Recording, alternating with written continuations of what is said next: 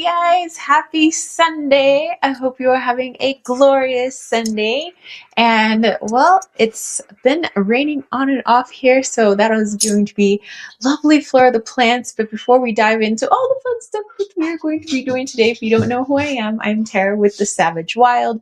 You can check out a little bit more about me and check out my shop, the things that I make over at thesavagewild.com. And if you're looking for ways to help support the channel, like my lovely patrons and my YouTube members, those links are down below as well. All right, so let's go ahead and get started. So start a little bit later today because, well, because it is a bit rainy out and it's just been so warm and so muggy, the sleepies got me. So I took an extended napo, but that just means that I have lots of energy for today's live chat. Okay, so we're in the apothecary. And I was thinking, speaking of energy, that perhaps a sage and lavender, possibly with some honey, tea might be just the ticket. So sage not only has that wonderful effect of helping to medicate our system when we are feeling under the weather, but it also has a little bit of an energy boost in it. And lavender has that wonderful calming effect. So it helps to, I guess, give us a little bit of an energy boost without giving us the jitters like coffee. So, and although, I don't hate on coffee, it's just not my bag, but tea is. So, okay, let's see. I decided to use a mug that one of my good friends, I've known him since I was in college, gave to me for my birthday. Not today, however. I just thought that would be just freaking the perfect mug. Okay. Let's see. Where's some sage? I'm gonna go with equal parts of each. So maybe like half a tablespoon-ish of sage and, ooh, check it out, sagey goodness, and lavender. Smells so good. Okay, so put a little bit there. Hey, Lilith says she came prepared. I'm here. All right. Let's see. Let's go with our wonderful lavender here. This is going to be super scent filled as well because sage has quite the scent to it, and so does lavender. Both smell lovely in their own way. Lovely lavender. So again, a little equal part. So another little half a tablespoon-ish going in the mug. I may want to do some honey as well, because honey is delicious, but also because when the weather gets hot, well, I mean, here is not as hot as other places in the United States or like even in the valley, during summertime, but it still gets pretty warm, like pretty warm for me, and when it hits like 90, that is a little too warm for me and it tends to dry out everything. So it's been going between these extremes of like extreme humidity, like, because it's been raining. But then as soon as it stops raining, it's like the humidity just like takes a drastic drop and it's super dry. And it's just like, it takes a toll on my sinuses. So a little bit of honey goes a long way, especially when it's local honey. So I have my, my gallon of like honey that's going to probably last us, till the end of time. So I'm going to use a little bit of that. Let me go grab my kettle of water.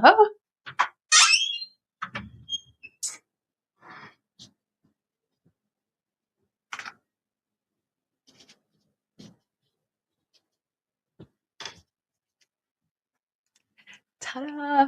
Okay, since I'm going to be putting some honey in, I think I want to put that in first.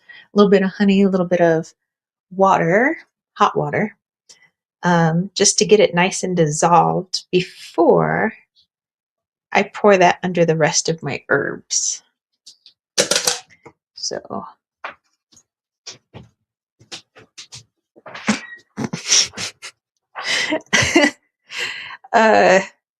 Just Riley walking by, hanging out.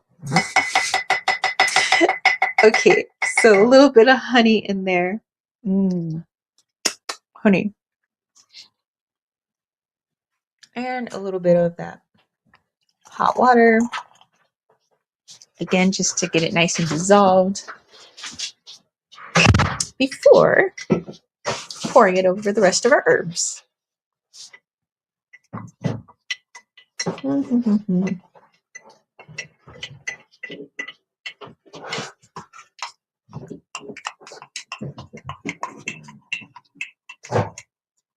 getting nice and dissolved there. Ooh.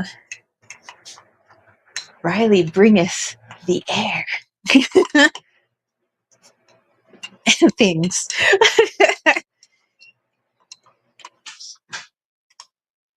Okay. So that's nice and dissolved. So now I'm just going to put my little tea basket in. Doo, doo, doo. Maybe go wash off my spoon. Looks good. Okay. Add in our. It looks like he brought the air. Did he fart? No, not this time.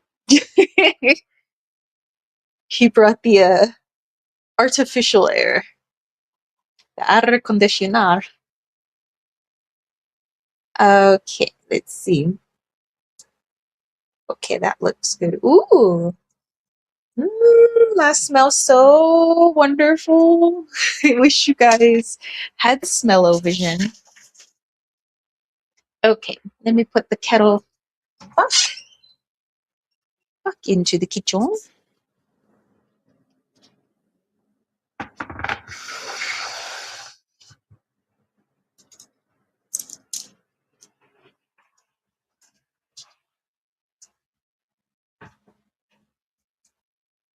Oh, te la ti da.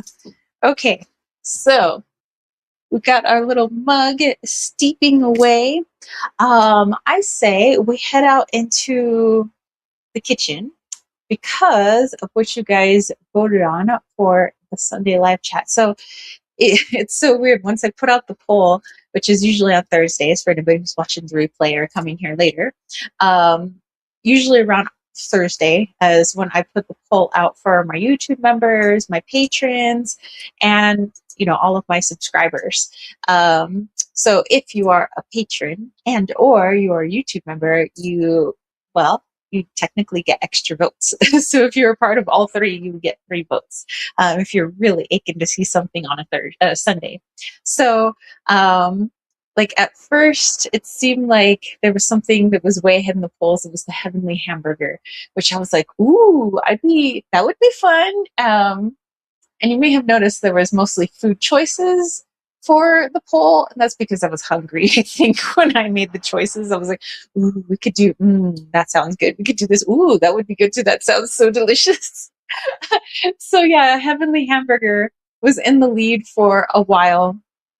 And then finally, it was the Rosa lip balm. So the lip balm that I want to create is one that is for this climate at this time.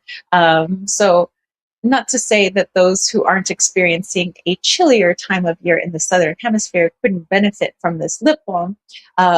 It's just that I had hot, dry weather in mind when I was thinking of the lip balm, but it would actually be beneficial as well in colder weather. So the things I have chosen to create or utilize for that lip balm are made for not only moisturizing, but for antiviral, antibacterial, anti-inflammatory, while giving a little bit of tingle on the lips. So I think you guys are going to enjoy it.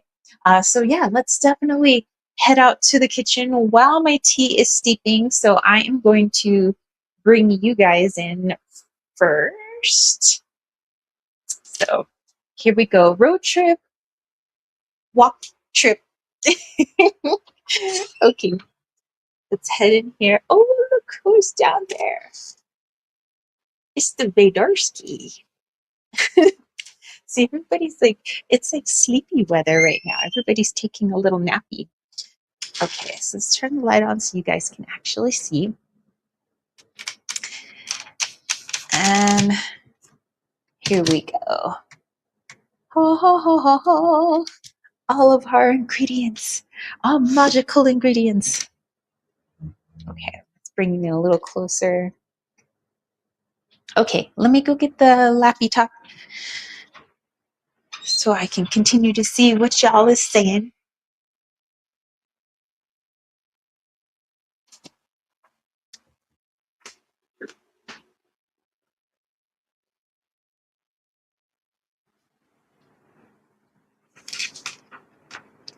All right.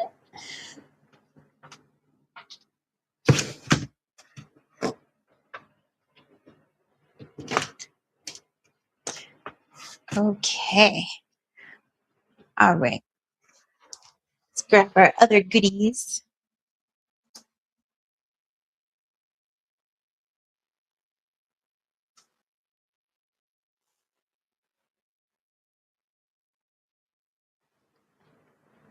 By the way, while I'm bringing everything out here, do let me know how this past week went for you guys.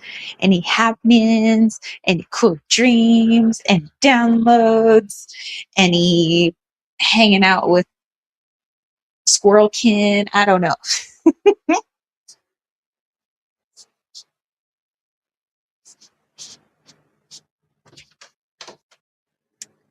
Okay.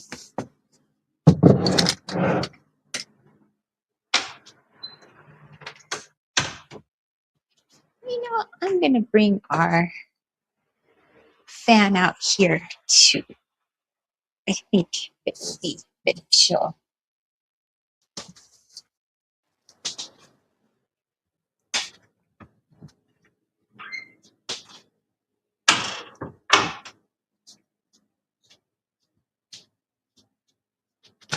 Ah.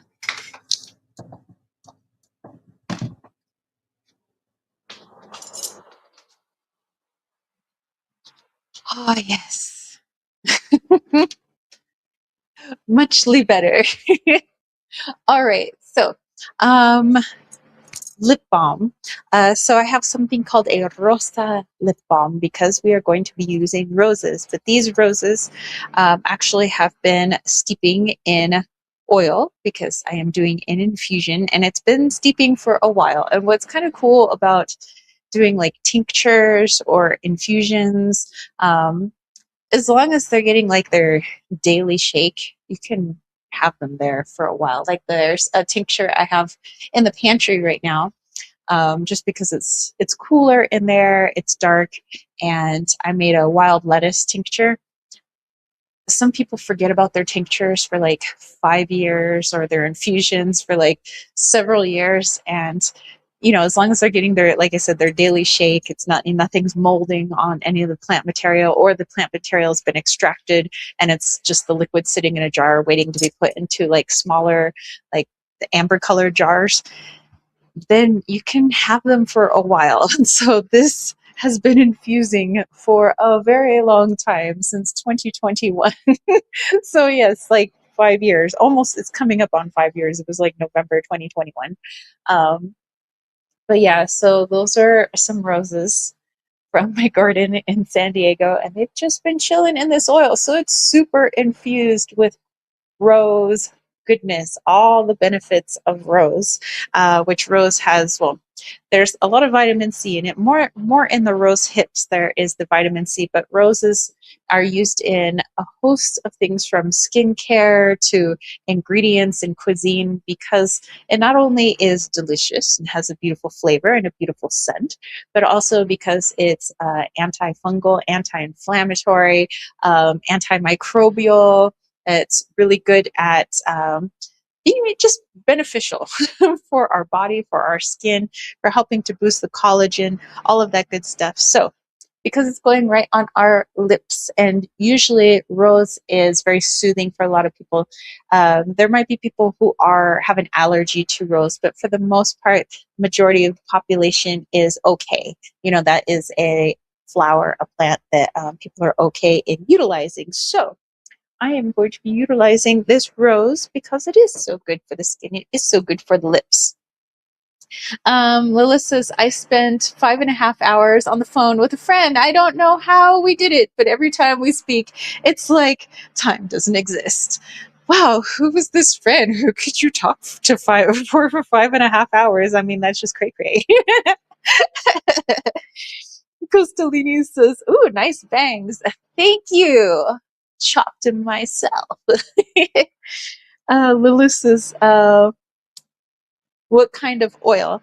So, if I remember, it's one of two oils. If I remember now, I know I have it written down somewhere. I just forgot to write it here on the label. So it's either going to be sunflower oil or it's olive oil. I've gotten away from sunflower oil. Just it doesn't agree with a lot of people and some people's skin, so I've gone more with olive oil.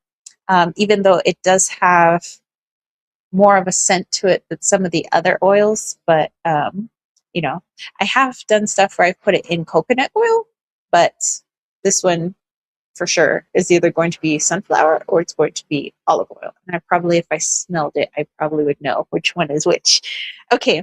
Other things that I have here are some eucalyptus oil, because it also has these antiviral benefits. Like I said, it could be used in warm weather, in cool weather, but I like the eucalyptus because not only is it beneficial, you know, something's going to be going on my lips, on my mouth, and also, you know, sometimes people get some sores, especially if it's cold or if it's warm or if they get stressed out. Some people, you know, so eucalyptus is really good at helping to prevent that and helping to aid that.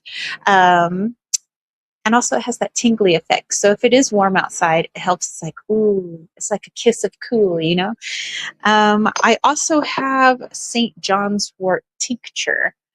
So that other one was an essential oil, but this is actually a tincture. I'm not going to use a whole lot of St. John's wort, but St. John's wort also really good at healing. And since medieval times, and when the European world kind of discovered St. John's wort, before it was St. John's wort, they felt that this was such a medicinal, such a healing plant that they named it after John the Baptist, because they were like, dude, this is like an all around, you know, good stuff.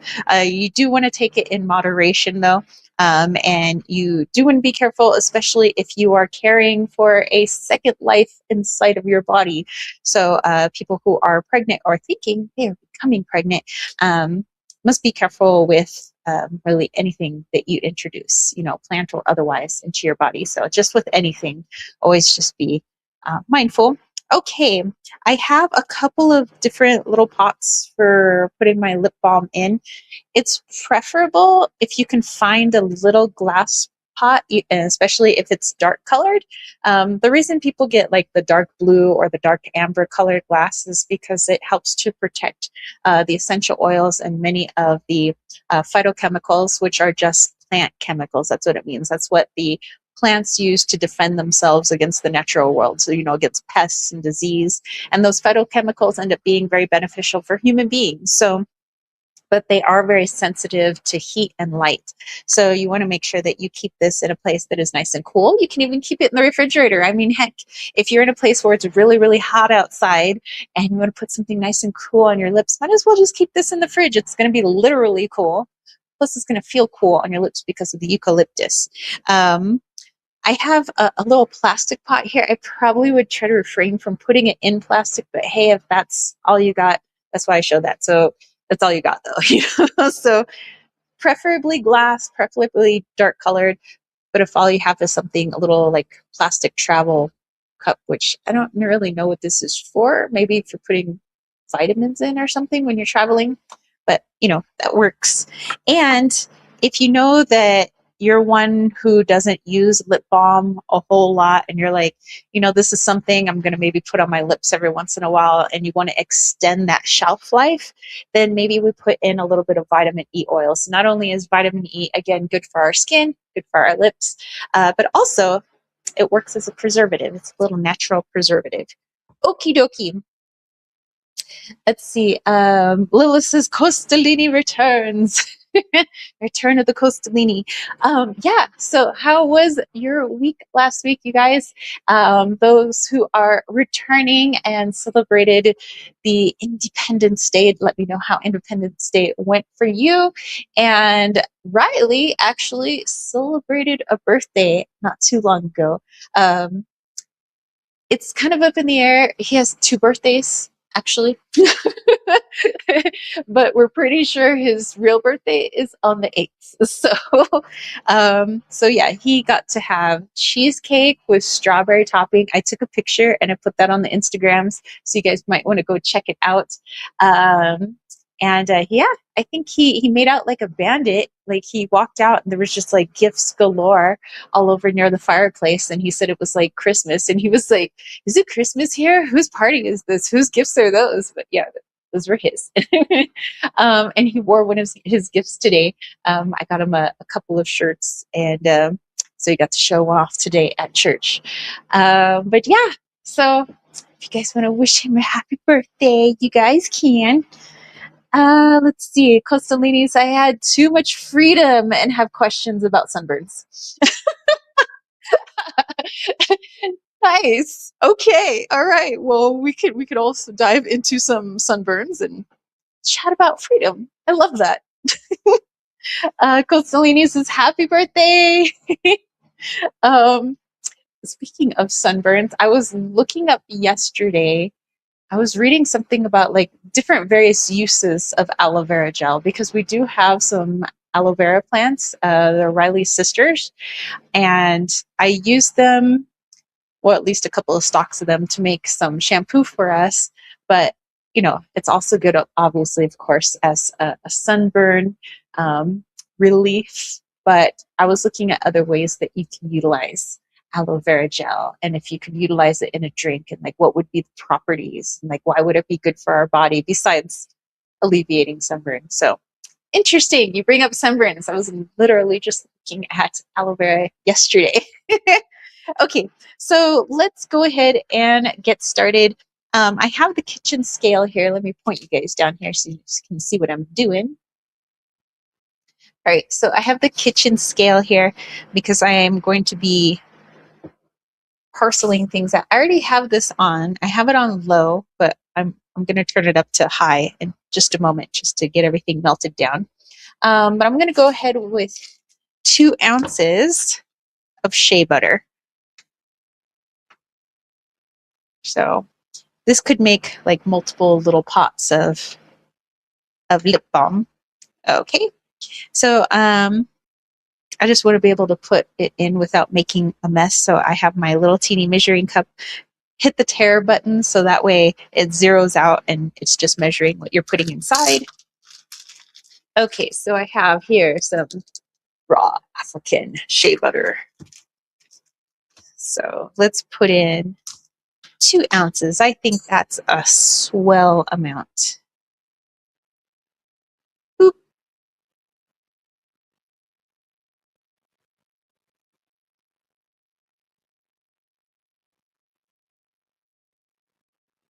Boop. Man, that's kind of cool. Okay. Let me just,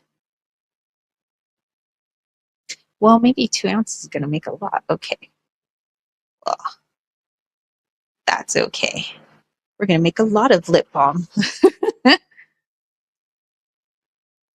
I'm sure there are other people that reside here that are going to appreciate getting a little pot of lip balm. Okay, we're almost at 2 ounces. We're at like 1.3, 1.5, 1.7, 1.8. Come on, you can do it.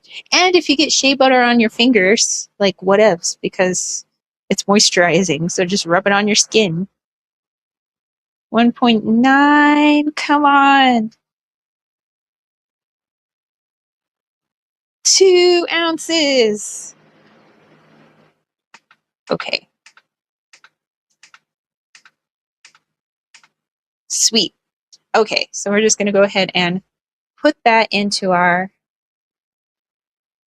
pot here. We're going to turn that up to high. Like I said, if you get some on your fingers, just go ahead and rub that into your skin. It's fabuli. Okay, so let's see what you guys are saying. Heather says it's really good for your tummy. Yes, it is. Hey, Heather, what's up? Melissa's Costalini was sunbathing on the beach last week. Oh, really? Heather says, hey, I made it. Hey, loves.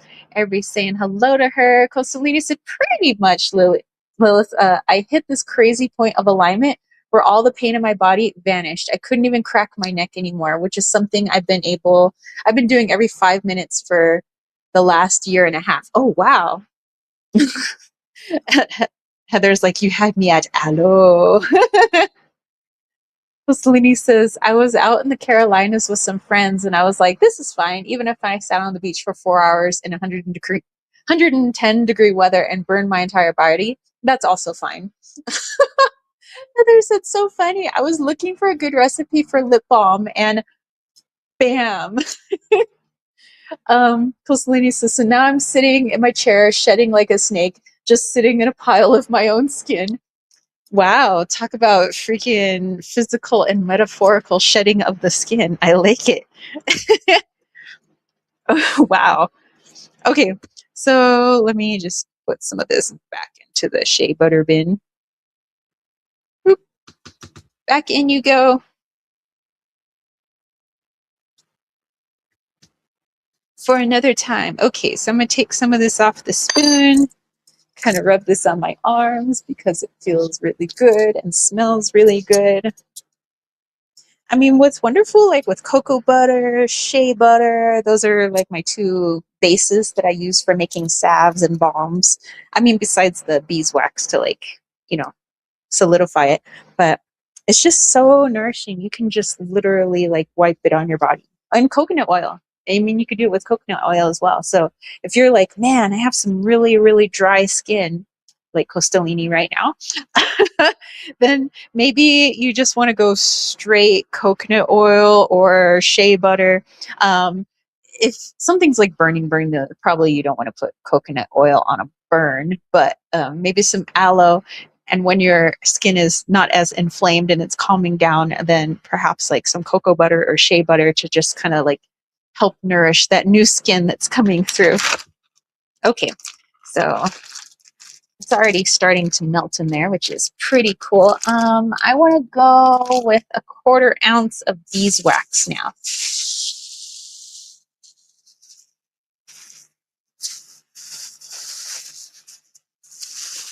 Okay, so in this bag, I have some beeswax.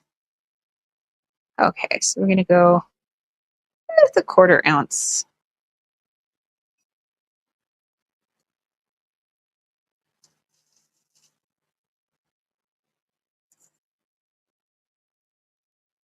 Ooh, it turned off on me. Come back. All right. Okay, that's about a 1/4 ounce. Okay. Put the rest back in there. Use some of that beeswax later. You don't need a whole lot of beeswax for lip balm. You just need it to keep it from melting at room temperature, really. Or if it's really warm outside, you don't want your stuff melting on you. But you also want to be able to put your finger in the balm and like rub it on your lips. So you don't want it to be too hard. You don't want to be like digging in your lip balm, Okay, so there's about a 1/4 ounce of beeswax.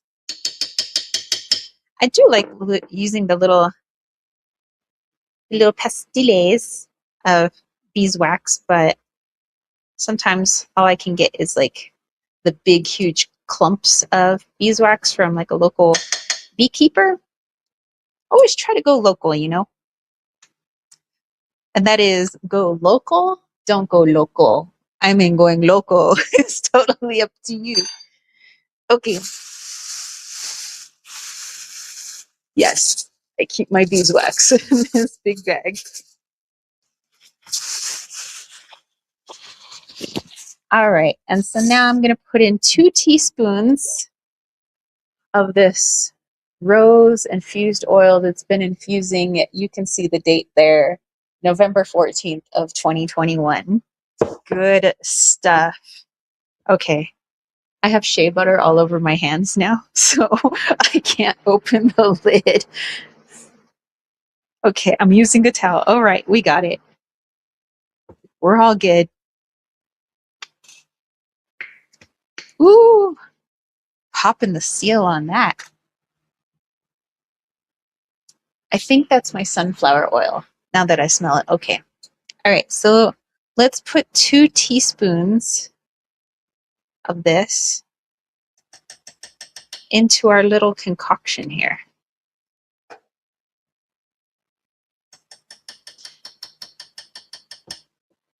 Nice. Do, get off my spoon. Okay. So I'm just going to wash off these 2 little utensils here.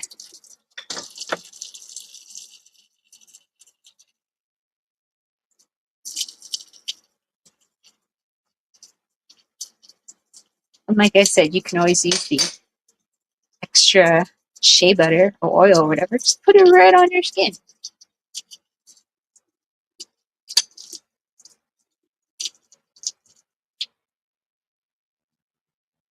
Okay. All right, so let's seal this back up for another, who knows, another 5 years. But I do use these to make my skin salve for my face skin and for my underneath my eyes, the skin under my eyes. So I have like a couple jars of these have been sitting for several years, just waiting to be utilized like today. All right, I'm going to put a dash of vitamin E oil, not too much, just like a splash. Boop, boop. Okay, that's about enough. See, not too much. It was just like a, you know. Okay. So I'm going to wait to put the St. John's wort tincture and the eucalyptus essential oil in until after that's melted down. And then I'm going to pour it into, probably back into this jar. So that way it cools down for just a moment. I don't want it to cool all the way to where it solidifies, but just cool it down enough so that the heat doesn't burn off the tincture and burn off the eucalyptus oil, because tinctures are usually made with a type of alcohol. And in this case, I think Mountain Rose Herbs utilizes brandy for their tincture. So I don't want the medicine that's in the alcohol to burn off with the heat. And also with essential oils, they're very delicate. So they are heat sensitive, and that's why they're in, amber colored bottles as well. So I don't want it burning off with heat. That's why you let it cool down just a little bit before putting in your lovely scents or your other medicines like tinctures. Then you pour it into your jars just like this and let it cool down the rest of the way. All right, so I'm going to put my lid on here. We have that cranked too high, so that's awesome. We'll put our little kitchen scale back. Okay, let's see what we got going on here. Oh, hey, wow, Shadowlands, holy cow. Shadowlands says, I'm working on the lyrics for 2 albums. First album is called Carnival of OSHA Violations. It's what I'm calling a swing rock album. Mixes swing, jazz, and heavy rock. Second album is what I'm calling pirate jazz. It's it's titled Siren's Dead Man Chest, mixing jazz with sea shanties. Holy cow. That is so cool. Yeah, you guys, Shadowlands has she shared with me over on the Instagrams, like kind of like her working title and some of the titles for the songs. I think those sound pretty cool. I mean, For the title of an album, I'd totally be down for listening to something that says OSHA violations, Carnival of OSHA violations. Thank you so much, my friend. Oh my goodness, that's very generous of you.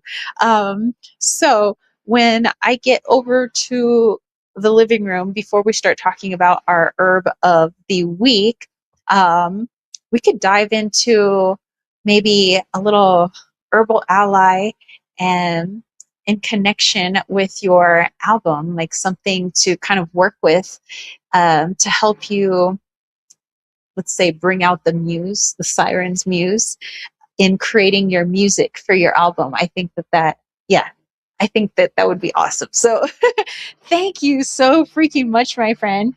Costalini says, damn, Shadowlands had a tax return. OSHA violations. Shadowlands says, Costalini, Carnival is a whole album of diss tracks for a current company I work for. And Heather said, congratulations, Shadowland. That is so, so cool. Let me go back at what you guys were saying here. I missed some of your comments. Costalini says, so whenever Tara gets around to it, do sunburns have any positive benefits? There has to be some good that comes rather than just DNA damage. There is. Yeah, so let me get this kind of melted down just a little bit further, and that way I can get into my books over there, because I mean, I have some knowledge of it, but I want to be able to make sure that I'm saying the right stuff to you. So I just want to back it up. But yeah, definitely. And by the way, something I learned about like just the sun and, you know, all of that, where it wasn't until like, what was it, the 1960s, somewhere in the 1960s, where sunblock was really becoming a thing. You know, there was, you know, a lot of companies offering sunblock, talking about the evils of the sun, that we need to block our skin from the sun, wear sunglasses, wear sunblock. We need to protect ourselves because there's harmful UV rays and this and that, and it could lead to you know, bad things for our skin. Well, a few years down the line, after many people were slathering themselves with sunscreen, because a lot of people like to go out and go sunbathing. It's like kind of just what people did. I mean, our ancestors way back in the day were kind of just always out in the sun, and they didn't have, you know, they weren't just like covering themselves, you know, trying to block it from the sun. You know, if you look at old pictures from like 1700s, 1800s, or like drawings from like the 1600s that, you know, showing like native peoples from all parts of the world, not just here in the Americas. But they weren't protecting themselves too much from the quote unquote bad sun. And there weren't cases of, you know, skin lesions and people getting, you know, sick before there was a word for, you know, cancer, like skin cancer. It wasn't a thing, you know, wasn't even written down as a mysterious disease until the advent of sunblock. Then all of a sudden, you know, people baking that chemical into the skin, somehow miraculously, cancer was born, skin cancer, but they blamed it on the bad sun, because they were like, well, people are going out in the sun, now they're getting skin cancer, so it must be the sun. But it's like, wait, they're putting something on their skin for that, you know. And then, you know, people have been wearing sunglasses for a while now, like since the 1800s. But our eyes, actually, there are different receptors that are in our eyeballs that help us that send messages back to I believe it's to our thyroid, to our pituitary gland, and messages into our brain, letting us know how much heat, how much light, how much UV exposure is going on in the environment that your body is in, that your skin is in. And so once all of those messages go to our thyroid, to our pituitary gland, and to our brain, then the brain sends the signal out to the skin, letting it know how to protect itself in the sun. So many people have noticed that they tend to burn more while wearing sunglasses than without sunglasses. Not to say that you're not going to burn at all if you don't wear sunglasses, but your exposure before sunburn is lengthened without sunglasses than with. So just fun FYI. um, but yeah, so definitely if we do end up with a sunburn and our skin is um, burned and to the point where, okay, that top layer is now gone. We have a 1st-degree burn, which is like a sunburn. And now we are sloughing that first layer. That new layer, which we shed our skin naturally anyway. What do they say? It's like every, I can't remember if it's like every certain number of days, weeks, or months where we basically have a whole brand new set of skin cells like on our body. We like literally shed our skin, but it's in such minute amounts that we don't notice it. But we notice it more when we get a sunburn and we're like sloughing off skin, like Costolini said, like a snake.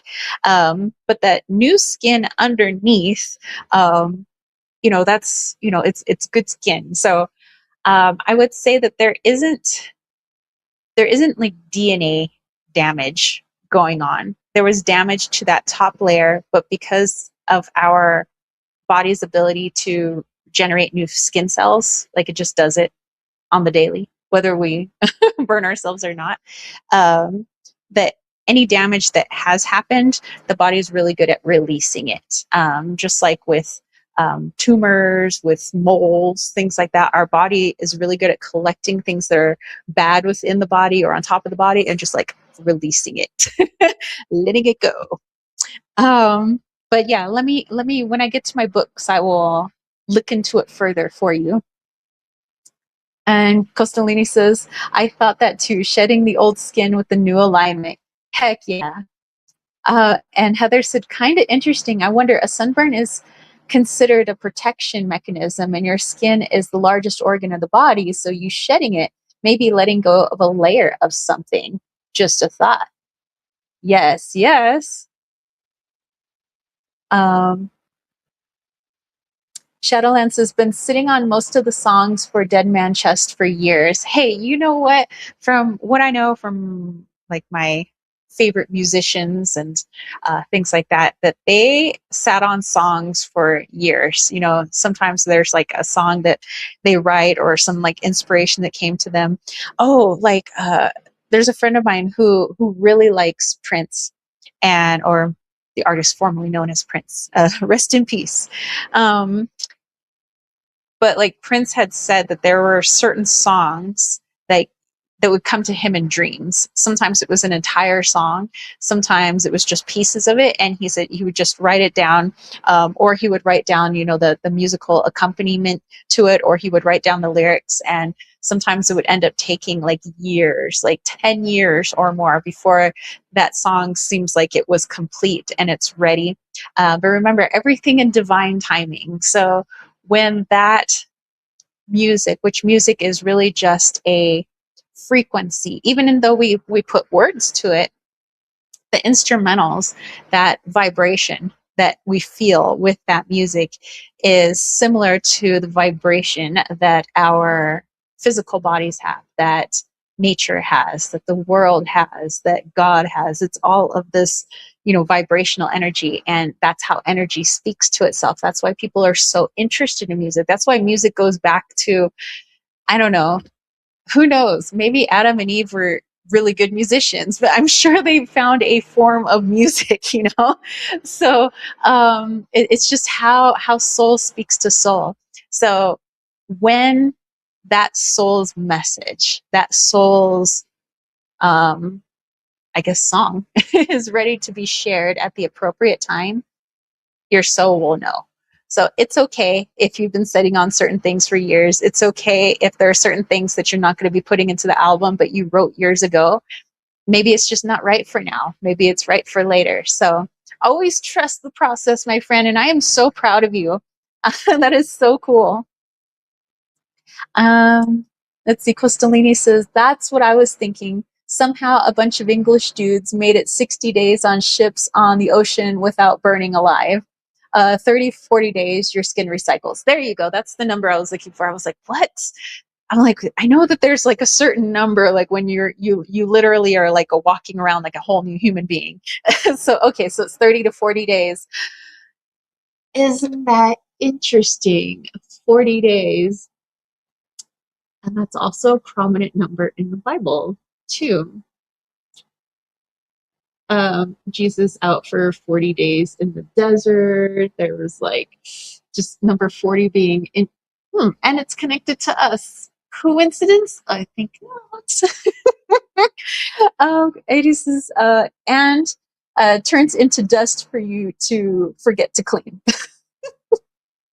Um, Heather says the outer layer fully renews itself every 28 days. So yeah, 28, 30 to 40 days, but two very significant numbers, 40 being very significant, 28 days being very significant as well, because that's a lunar cycle. Wow, how these things line up. And she said your body drops around 30,000 to 40,000 dead skin cells, which adds up to roughly 1.5 pounds of skin shed per year. Delicious. Just skin shed everywhere. There's pieces of my old self floating around this house. Shadowland says, have several songs across a few journals that don't fit the current album I'm working on. And that's perfect. I would say I'm glad that you're writing everything down. Keep it in, as many journals as possible, because like I said, when the time is right, you'll know, and it'll come together. Okay, it looks like we are actually all melted down here. That's fabulous. I have some hot pads because I am going to turn this down now to low. I guess I didn't really need my chopstick, but that's cool. All right. Maybe I will put this under here in case I make a spilly spill. Wow, Vader is groaning over there. Okay, let's put that there.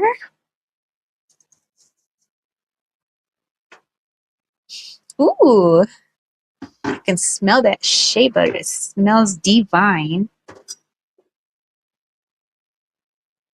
Okay. Here we go.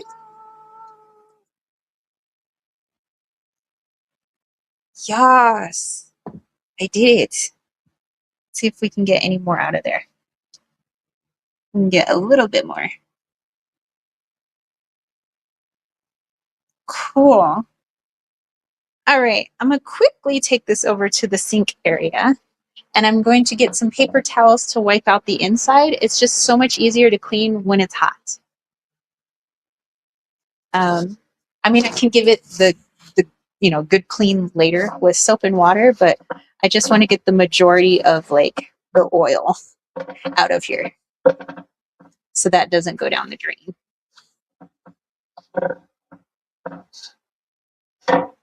All right. Cool beans. That's just fabuloso. Okay, I can turn this off now. Let that cool down. Maybe I'll put this out of the way just in case people feel like touching it and burning themselves. I'll put that out of their reach. Okay, so I'm letting this cool for just a moment before I put in my St. John's wort and my eucalyptus oil. Okay, let me throw this paper towel away.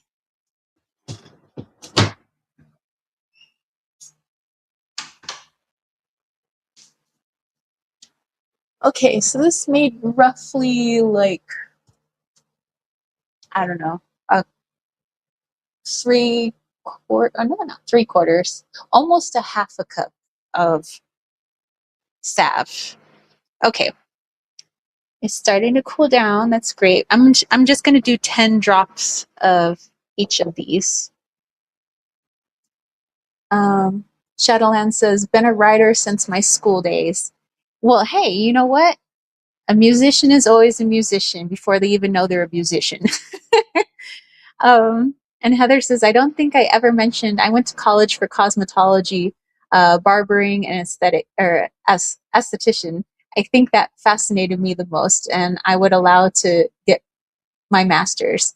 or would have loved to get your master's. Skin is fascinating. That's so awesome, Shadowlands. So awesome. See, you guys bring so much knowledge and coolness to the table. I love hanging out with y'all. And Kostalina says, Venusian, I forget, are you in the UK? And she said, Utah, USA. Kostalina says, oh, RIP. US schools cost are nuts. They are. They're absolutely insane. Okay. This has calmed down just a little bit. I'm going to put this other measuring cup away because I do not need it.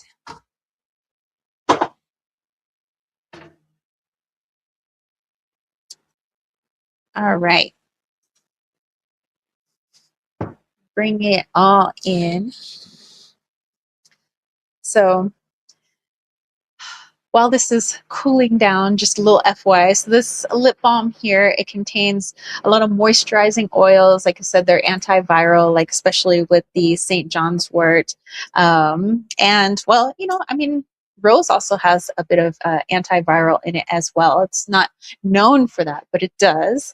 And as well as eucalyptus. And even though like eucalyptus isn't like usually what we go for when we're like, ooh, I want my lip balm to smell like eucalyptus. Not that's not everybody's like first choice, but like I said, it has the antiviral agents. It helps them with the cold sore virus, and also gives it that like fresh, tingly feeling on your lips. So that was why I had that choice. And like I said, if you know that it takes you a while to go through lip balms, then you might want to put a little vitamin E oil in there just to extend the shelf life. Ooh, you know what? I never got to taste the tea, but it is now very steeped, I feel. Ready for action. Let's see here. Ooh, oh, sage and lavender together is marvelous. Shadowlances, I've even written poems and stories. Well, that doesn't surprise me because it's like it seems like that's how your soul likes to express itself, is through your writings. So through stories, through poetry, through song lyrics, through music. I love it. That's amazing, my friend. So like I said, you and Costalini, I'll definitely dive into a little bit more about Costalini's sunburn, but also diving into maybe a plant that you could work with while you're continuing to put music together, maybe some of the artwork for your album cover, just maybe help you a little bit with inspiration, the writer's inspiration. And Costalini says, Utah is gorgeous, definitely top competitor for Arizona. They both feel like alien planets. When I went to Utah, it felt like that. It felt like, wow, they could have filmed Star Trek here, I'm sure they did film parts of Star Trek in Utah and in Arizona. In fact, I know that they filmed some stuff in Arizona and out in the deserts in California too. But Utah is gorgeous. Yeah, I would say yeah, definitely a competitor. Heather said, worst part of that, I got in a 2-car accident right after I graduated. So it's a degree I'll never get to use. Oh, and Coselina says, darn, sorry to hear that. And she said, the knowledge gets to stay. Hey, you know what? Maybe it just meant you weren't meant to work with some other folks. You're meant to start your own dealio. Okay, so I'm going to put 10 drops of eucalyptus oil. 2, 3, 4, 5, 6, 7, 8, 9, 10. Okay. And 10 drops St. John's wort. 1, 2, 3, 4, 5, 6, 7, 8, 9, 10.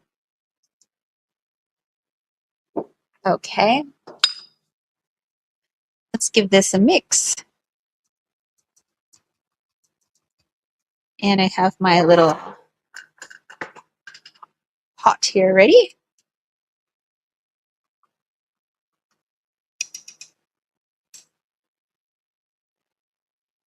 In you go.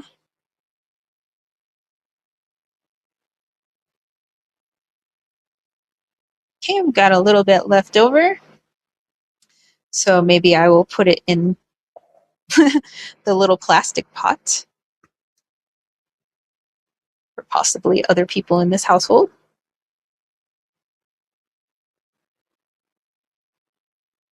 And I know I have another one actually in the drawer. I think I have enough to put another one. Okay, so I'm gonna move these back here just so they can not get bumped, not get touched, so they can set, you know. Okay, give me a second. I'm gonna grab another one of those little plastic jars. I think that'll be good for other people in this house.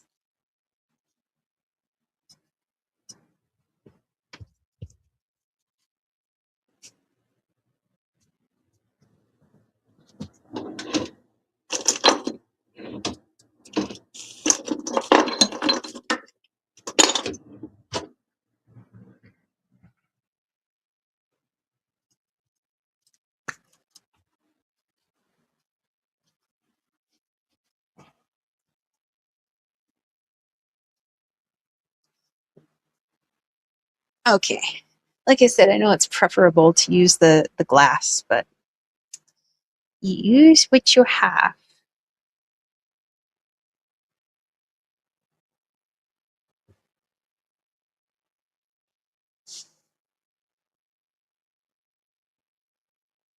Ooh, yeah. Okay. I might be able to put a little bit more in this one.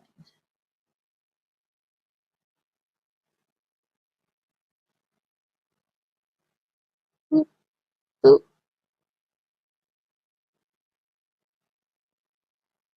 Okay.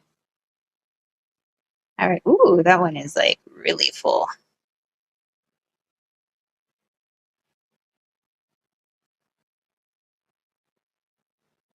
Okay. Let's move these back here. All right. So that was able to make a good amount of lip salve, actually. Okay. So same thing. It's easier to wipe these things out when they're warm, so all this oil doesn't go down the sink. Not that the oil's bad, but perhaps not so good for plumbing.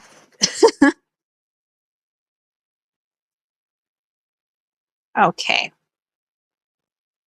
All right. Let me take these over to the sinky. Yay! I think it came out fabulous. Now that's just got to set up, and who knows? It might be set by the time we finish up our live chat. And then I'll be able to do a little test, let you guys know how it feels on my labios. Okay. Let me clean these up real quick.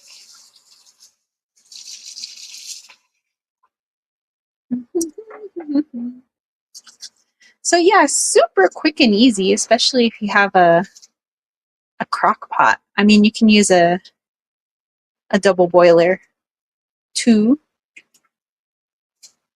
I just have a dedicated crock pot, you know. Best $10 at the thrift store ever. And I don't know why this person gave away their crock pot to the Goodwill, but because there's absolutely nothing wrong with it. It does run a little hot. Um, so I think that the warm setting is actually the low setting. I feel like the low setting is actually the medium setting, and the high setting is burn your ass. So, so maybe that's why they gave it away. But it works, you know, as long as you can figure out the setting.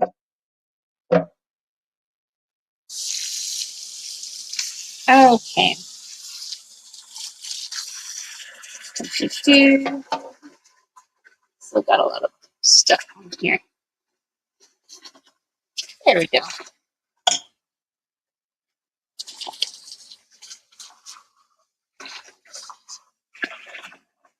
Marvelous.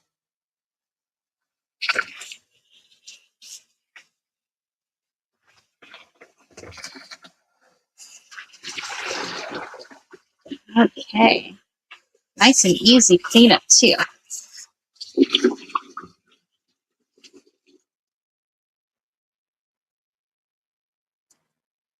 Okay. Cool beans. We'll just put that like that. Okay. All right.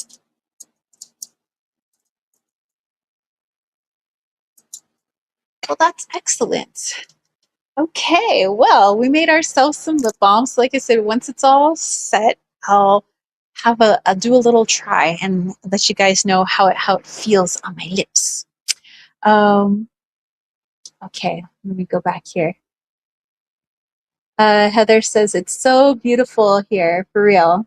And Shadowlands is planning on shopping both albums around for the right record label once they're done.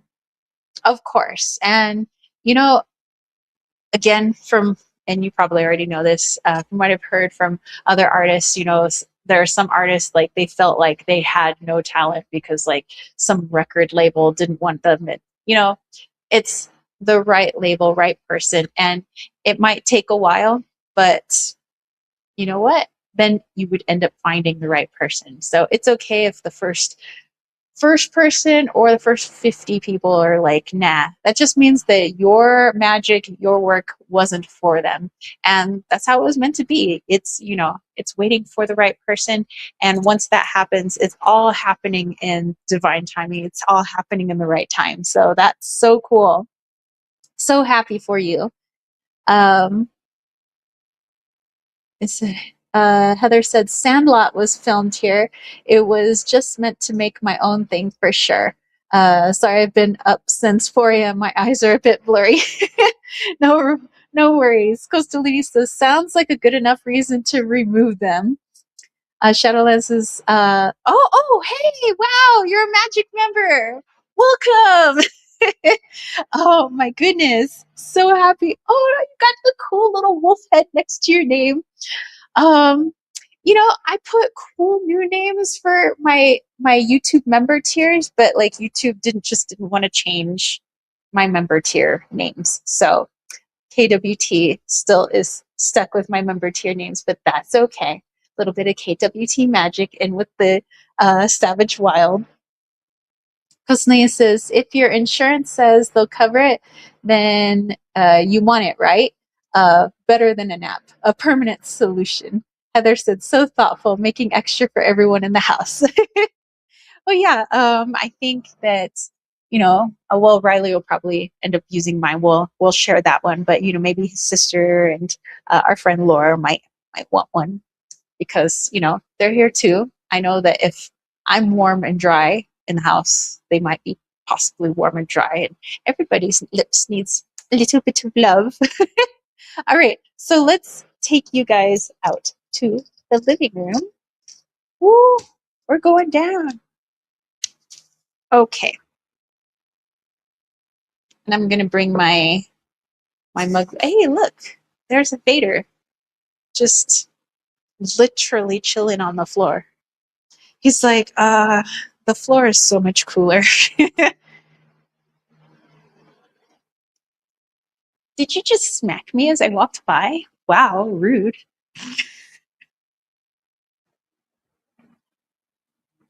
Oh, look, we still have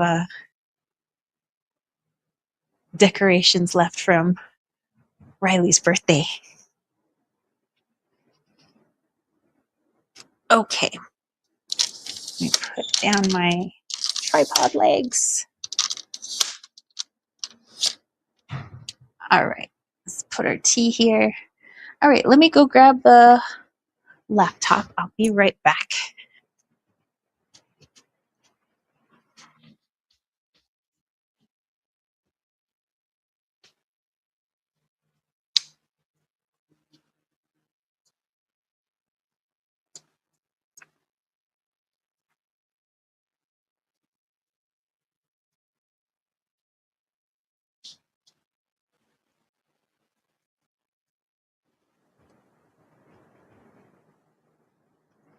All right, I have returned.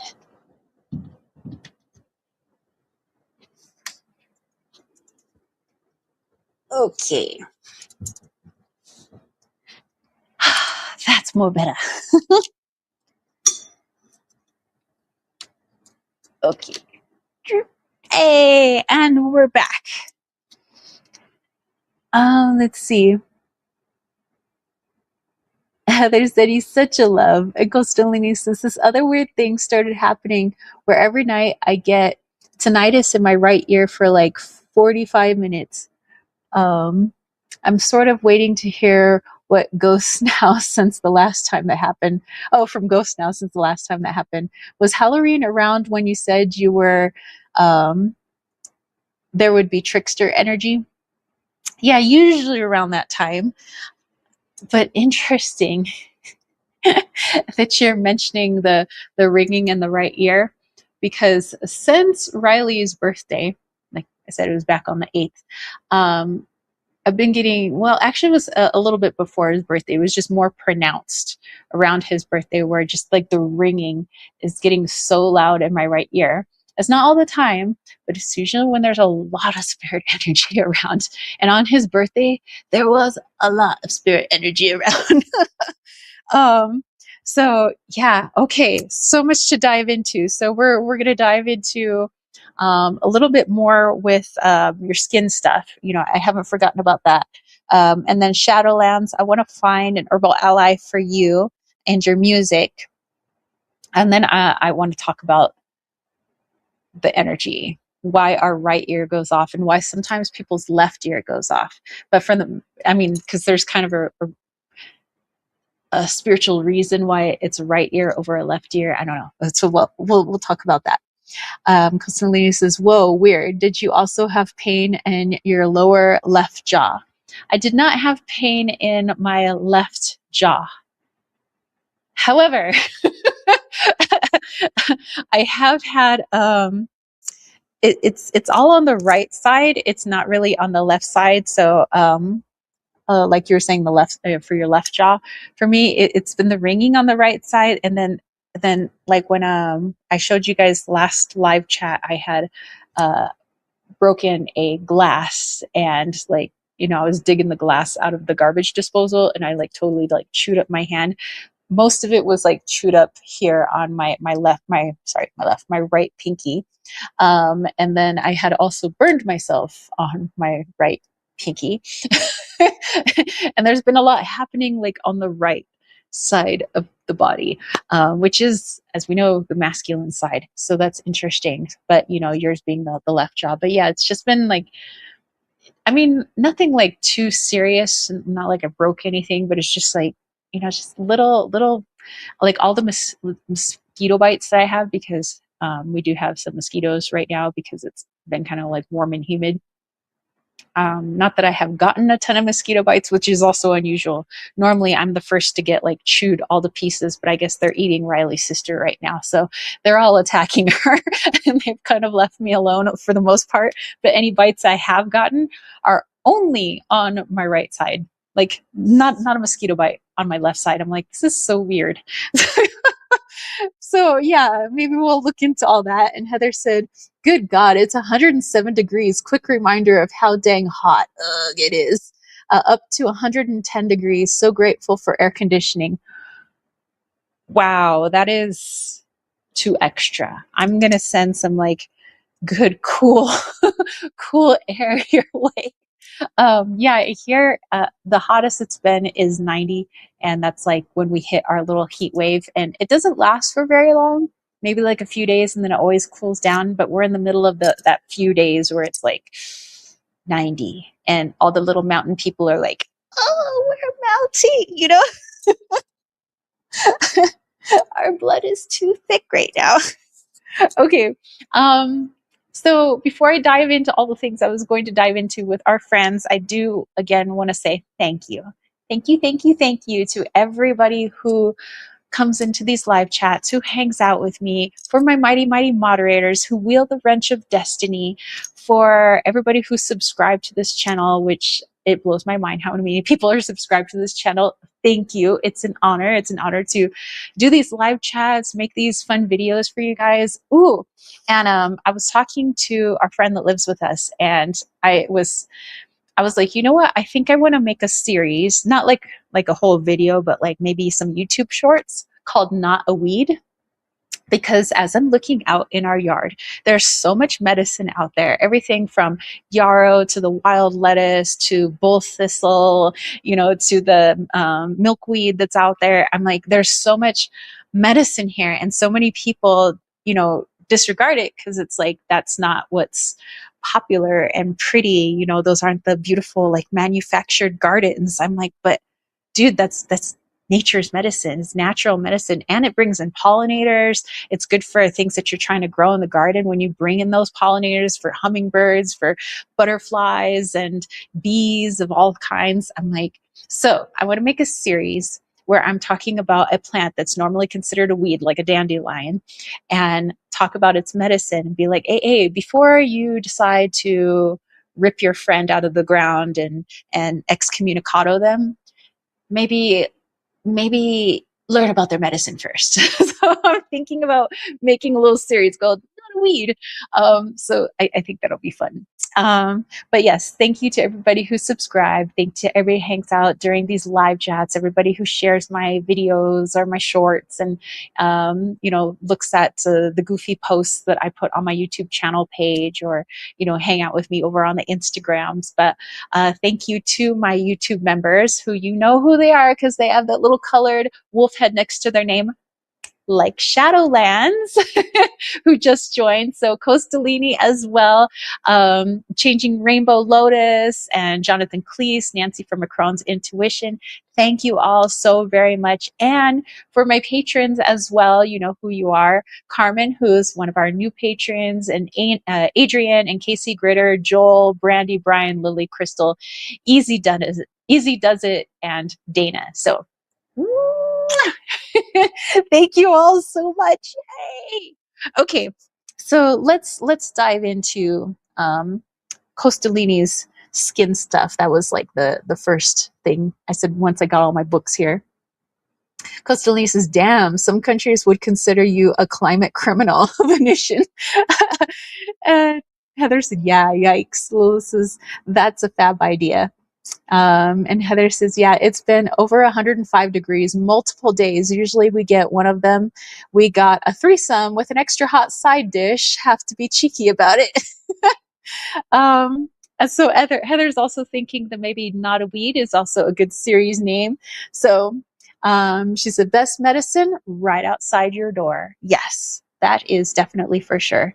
Sometimes people are like, oh man, I'm having these aches and pains. I got to go get some ibuprofen from the store, or I got to go get some painkillers. It's like, dude, you got wild lettuce growing in your yard. But instead of chucking that guy, maybe make a tincture out of him, which I have. Wild lettuce is hanging out in our pantry right now, getting all tinctured up. We'll be ready in several more weeks, but I want to get it nice and potente so that Riley can utilize it. But, speaking of other weeds, like, that I've made medicines out of, like dandelion, I have utilized dandelion, mixed it with some rosemary, and made some Amish ibuprofen, which is also in our pantry for when anybody has headaches or just minor like muscle aches and things like that. But yeah, I think that would be a lot of fun because I'm constantly going out into the yard and talking to my garden, but I'm also talking to the natural plants. They hang out. I'm like, oh, look at you. Globe Malo, I haven't seen you since I saw you on my property. I'm like, oh my gosh, you're here. And the mullein, oh my gosh, the mullein is almost as tall as me. It's almost 5'8". That is some tall mullein. Like the stalks are at my head level almost. I'm like, oh, that is so cool. And all the little yellow flowers are coming out. It's fabulous. And it's just like beautiful medicine just growing there, almost as tall as you are. I'm like, wow, that is, I don't know. I'm geeking out over herbs, but I think that it would be beneficial if people knew that what is growing right outside the front door is something they could use, and it would be helpful for them. And Costalini says, you're going to end up on an EU watch list and they'll register your garden. They're like, it's just my face with a slash through it in my garden with a little slash through it. If you see this girl, if you see this garden, Stay away. Okay. I want to, oh, this is what I want to look at. My book. Okay, let's take a look a little bit more about your skin stuff. I'm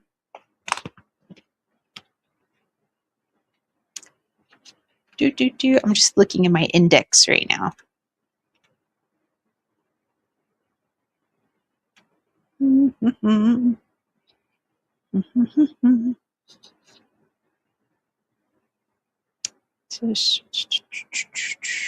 So it's not there.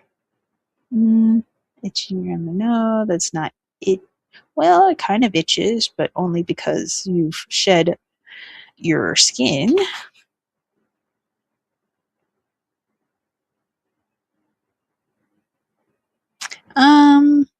Let's go with this one. Okay. So let's go to skin. Skin. Okay. We'll say that, okay, I'm gonna look in this.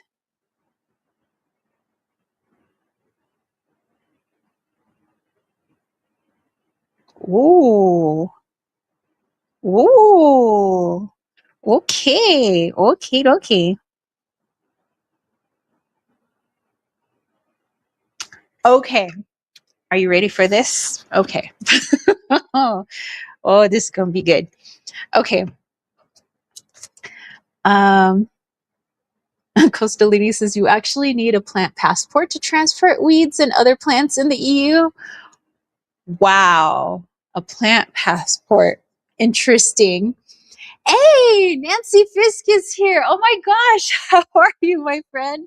This is I constantly talk to my plants, dude. I'm sometimes I'm talking out loud, sometimes it's in my head, but I'm like, just like today, I was talking to my sage because literally sage looked fine last night.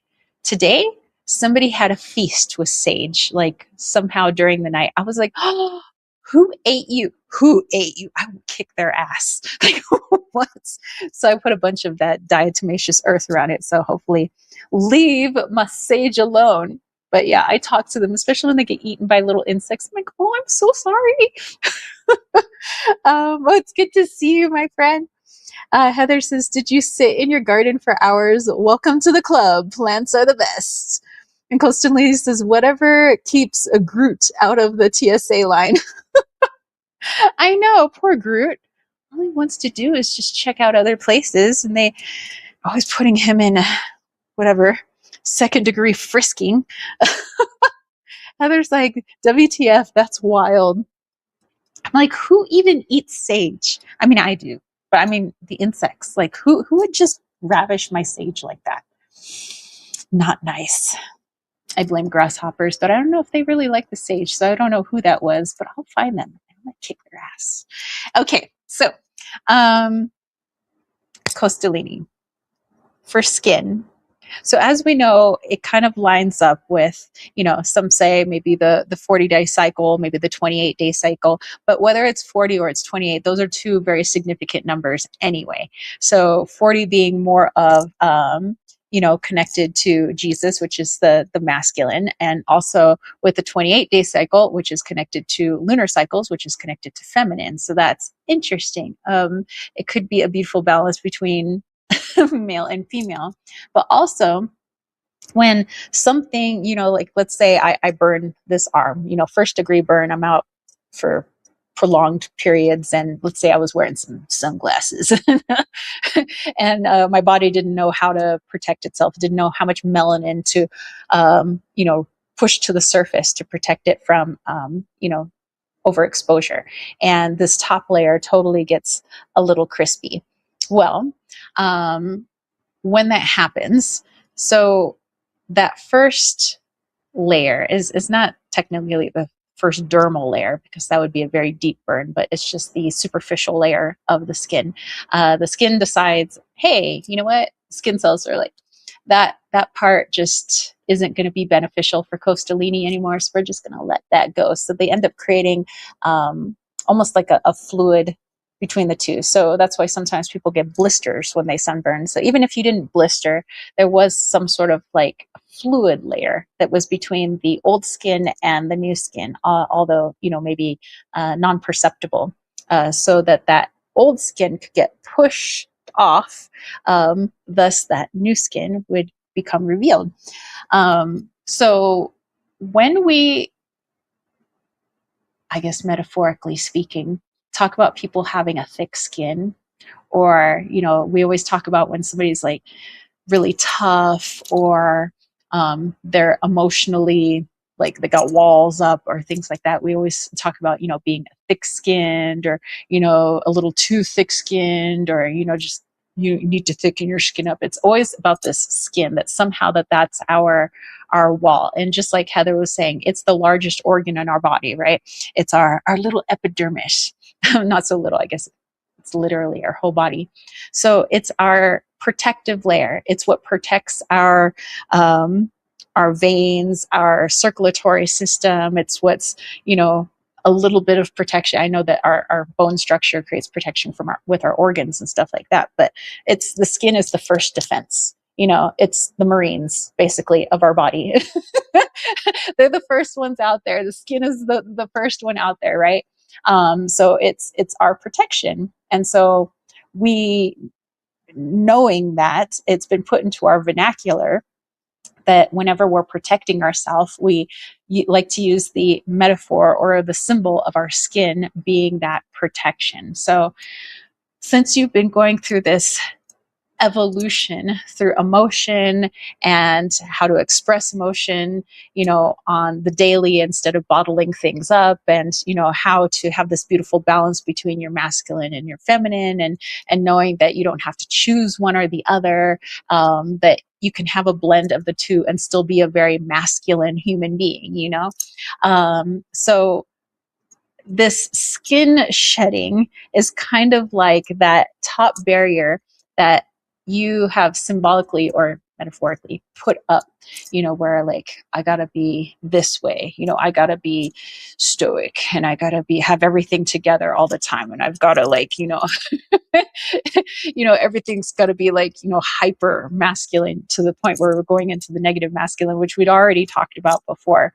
And so it's like built up this barrier, not only on your skin, but, in your energetic body, your emotional body, has been this like blockage, and you've been letting go of so much, belief in what you thought yourself to be. And it's okay to be a little bit more fluid and to bring in more of that feminine. So that now it's like, as you've been shedding that, now you have this physical shedding. And what helped you to do that was not only you're working through the divine feminine, but many cultures around the world, including many Native American cultures, have connected the sun to being a masculine energy. Many might see the moon as feminine and the sun as the masculine. So this is like the masculine, the sun, giving you permission to be this beautiful blend between the two, being both feminine and masculine, taking the beautiful parts of both and blending them to make one Costalini. And Costalini could be as masculine as he wants, but that doesn't mean that he has to ignore the other half of him. So it's like almost like your masculine self being personified through the sun, saying, hey bro, it's okay to let that go now. So I'm going to go ahead and toast you and we're going to let that layer go. So Costalini says, yeah, I blistered all over, lots of delicious bubbles. That's so freaking cool. Dang. So yeah, that's wow. What a perfect transformation, almost like your little butterfly moment. That is so cool. He says, huge thank you. You're very welcome. He says, I mean, my skin still itches, but you figured that out so eloquently. Well, yeah, I mean, it's when you're walking into a new era, when something is new, we get a little itchy. We get a little, kind of rub ourselves a little bit, think of like, they've even seen primates do this where, when they're a little apprehensive about, a new environment or something, they tend to like rub themselves. It's like a self-soothing technique. And so although you're not like rubbing to self-soothe, you're like, I'm itching because I'm literally shedding some skin right now.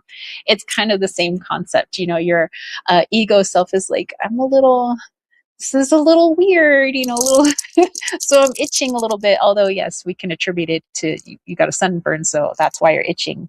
But that's like, I guess, a spiritual reason. Like, so it's like, the ego's like, I'm a little nervous, but, you have already given yourself the permission, like your soul and literally your ego too are kind of in alignment right now. So you're like, it's okay. It's okay. This new era that I'm stepping into. So I'm going to go ahead and just shed this now. Um, and Heather said, 440 here. Wow, that just came full circle. Dude, that did just come full circle. Wow, holy cow. See, every time in these live chats, man. Okay, so thank you, Costalini, for allowing me to dive into that. That is pretty cool.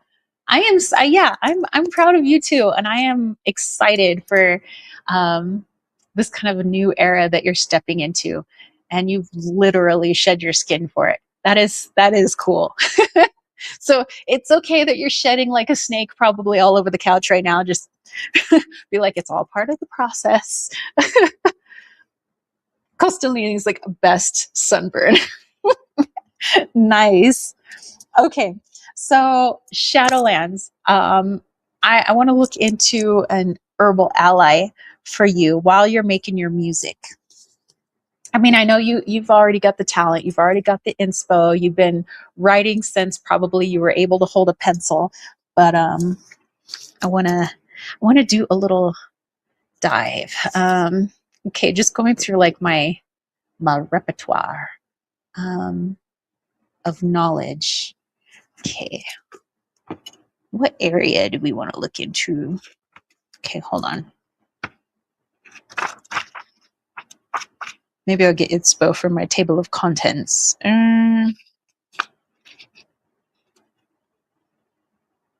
Oh, here we go. Okay. I want to look at mental, something that's going to help that medulla oblongata. Ooh. Ooh. Yes. I have an herb for you. Okay, let me pull it up in my book so I can read you a little bit about it. And then I want you to, if you would like, I mean, this of course is up to you. I mean, here I am being the teacher, like you got homework, Shadowlands, but only if you'd like to do it. I swear I'm not taking 10% off your grade if you don't do it. Okay. Basil. I know that there are a host of herbs that are, wonderful for mental acuity and clarity and things like that, like sage, which I'm literally drinking right now, my sage and my lavender. Ginkgo is another one, but I was like, basil. Plus, it brought to mind the kind of lemon basil that's growing in my yard right now, my garden. It was part of the mystery seeds that my friend brought back from Thailand when he like smuggled in his seed contraband. I have the contraband garden. And I didn't know what it was at first because it looks a little bit different than like the Italian basil that I'm used to. So you might want to look into Thai lemon basil specifically. So that's why it hit me like when it was like basil. Okay, I can kind of see that for mental focus, but a lemon basil that just like opens the senses. And to me is like inspiration city. It awakens culinary dishes. It adds flavors to smoke blends and like whatever it is that you're creating. So let's look at basil. ¿Dónde está basil? Lemon basil. Okay, 248.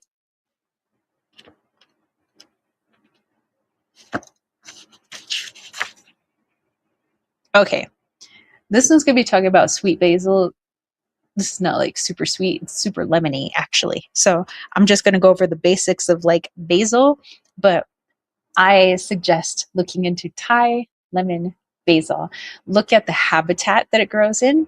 Look at what insects like to attack it. Look at what insects benefit it. Look at the climate that it doesn't do so well in. You can look into all the different dishes that cultures around the world, most specifically South Asian cultures, might utilize it. Um, Look into the different flavorings, like it's kind of like a peppery lemon, so it's like really, awakening to the senses. But yeah, try to look up as much information as possible, so not only you get to know the plant and how to utilize it, but also there's messages in understanding its habitat, in understanding its pests, but also its friends, its allies, in understanding how people like to enjoy it, both culinary and medicinally. So okay, let's take a looky here. Costalini says, "Oh, F's, I just realized I got a custom license plate with a snake on it a few days before the sunburn. I got one of those don't tread on me plates with the plate number. I loved it." I loved it. Oh my gosh, this is freaking awesome. Um, Lilith is like, isn't that going to manifest? Well, I think he manifested the shedding like a snake part. Wow. Wow. Dude, the synchronicities of this live chat. Okay. So here we go. I'm going to read about sweet basil, but remember that I'm just want to go more generic. Okay. So sweet basil, also known as basil, is probably native to India. Over 150 varieties are now grown around the world for their distinct flavor and essential oil. So many essential oils in basil, meaning it's not a one-trick pony. Just like you have multiple talents. Um, The leaves and flowering tops are gathered as the plant comes into flower. I actually just pinched off the flowers to keep my plants from bolting because I want them to make more leaves right now. So basically all parts are used: leaves, the flowering tops, the essential oil. Yeah, you could basically use everything. Sweet basil contains a volatile oil, about 1%, which consists primarily of linalool and, forgive my Latin, methyl chavicol, along with other quantities of methyl cinnamate, cineol, and other terpenes. Okay, in the first century CE, Materia Medica, the Greek physician Dioscorides, described the African belief that eating sweet basil stopped the pain caused by a scorpion's sting. The herb was used in Roman times to relieve flatulence, to counteract poisoning as a diuretic, and to stimulate breast milk production. Basil also has a history of use in Ayurvedic medicine. So, like an all around, it was talking about the scorpion sting, and I was like, oh, and I was thinking of the band Scorpion for a second there. I was like, rock you like a hurricane. Okay, anyway, um, so yeah, just like helping to flush the body, but also helping to bring in like things that are good for you, especially if you're trying to nurse a child. You would like to stimulate that breast milk production. So lots of good stuff. Medicinal use: sweet basil acts principally on the digestive and nervous systems, easing flatulence, stomach cramps, colic, and indigestion. It can be used to prevent or relieve nausea and vomiting, and helps to kill intestinal worms. Sweet basil has a mildly sedative action, proving useful in treating nervous irritability, depression, anxiety, and difficulty in sleeping. It may also be taken for epilepsy, migraine, and whooping cough. The herb has been traditionally taken to increase breast milk production. Applied externally, sweet basil leaves act as an insect repellent.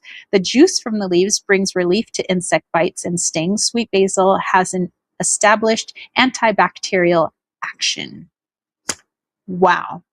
So that's like a all around like jack of all trades. Wow. By the way, I love the rest of that. Jack of all trades, master of none, infinitely better than a master of one. um So yeah, definitely I would say as you are getting into your writing, get to know basil, maybe eat something with basil in it. You could drink a tea with basil in it while you're sitting down to do your writing, not necessarily for your musical writing. It could be for your poetry. It could be for your, just either fiction or nonfiction writing that you do. But anytime you are putting pencil or pen to paper and expressing yourself, maybe have a little basil nearby and see, compare and contrast. Like, how do I feel? How was the flow? When I was eating or drinking basil, or at least thinking about basil, as opposed to not hanging out with basil. But yeah, I wish you well, my friend. Like, wow, that is so cool. I'm so excited for you. um, Heather says, building a relationship with the plant is what I call it. Yes. So consider it your bestie while you are writing, sitting down to write, whatever that writing may be, whatever it is that you're trying to express. Or maybe you're just writing stuff down in your diary and maybe you might be utilizing it later for other projects. But, hang out with basil. Basil is your friend. And something that I'm so happy is finally like being expressed through a lot of different communities. It's our plants. Like, people were talking about plants, like, oh, like, I don't wish to eat animals because they have a consciousness, and they, which I agree. Animals have a consciousness, but I've always believed that plants have a consciousness too, and they see and speak in different ways than an animal would. We can literally see the animal's eyes, we can literally hear from the animal's mouth, as it's trying to vocalize things. So, and because it's very close to how we speak and how we see, using our eyeballs, that many people are like, no, so I'm, vegetarian or vegan because of that. But I've always felt that everything that the creator created has a consciousness. It has that spark, that creator spark in it. And so, even when I eat, herbs and plants, I realize that I'm eating a consciousness. I realize that, it's giving of its life for me, just like an animal is giving of its life for me. And so I'm so glad that more people are kind of talking about that. Like, hey, plants see, plants feel, plants speak. My sister, actually, she's been, the type of music she's been listening to is plant music, where the people have been like hooking up these kind of like electrodes to trees and plants, and kind of listening to the music that they make. And as they touch the tree, how that changes the sound of the music, that the tree is actually responding to the person's touch. And so I think that that's just wonderful.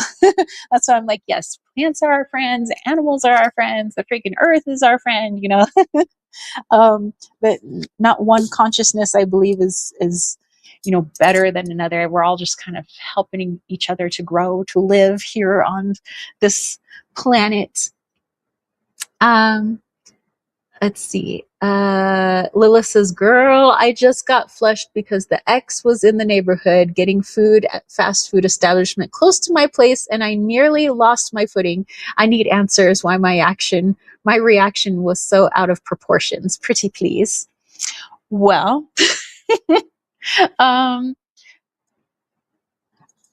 from somebody who that has happened to before, I can explain.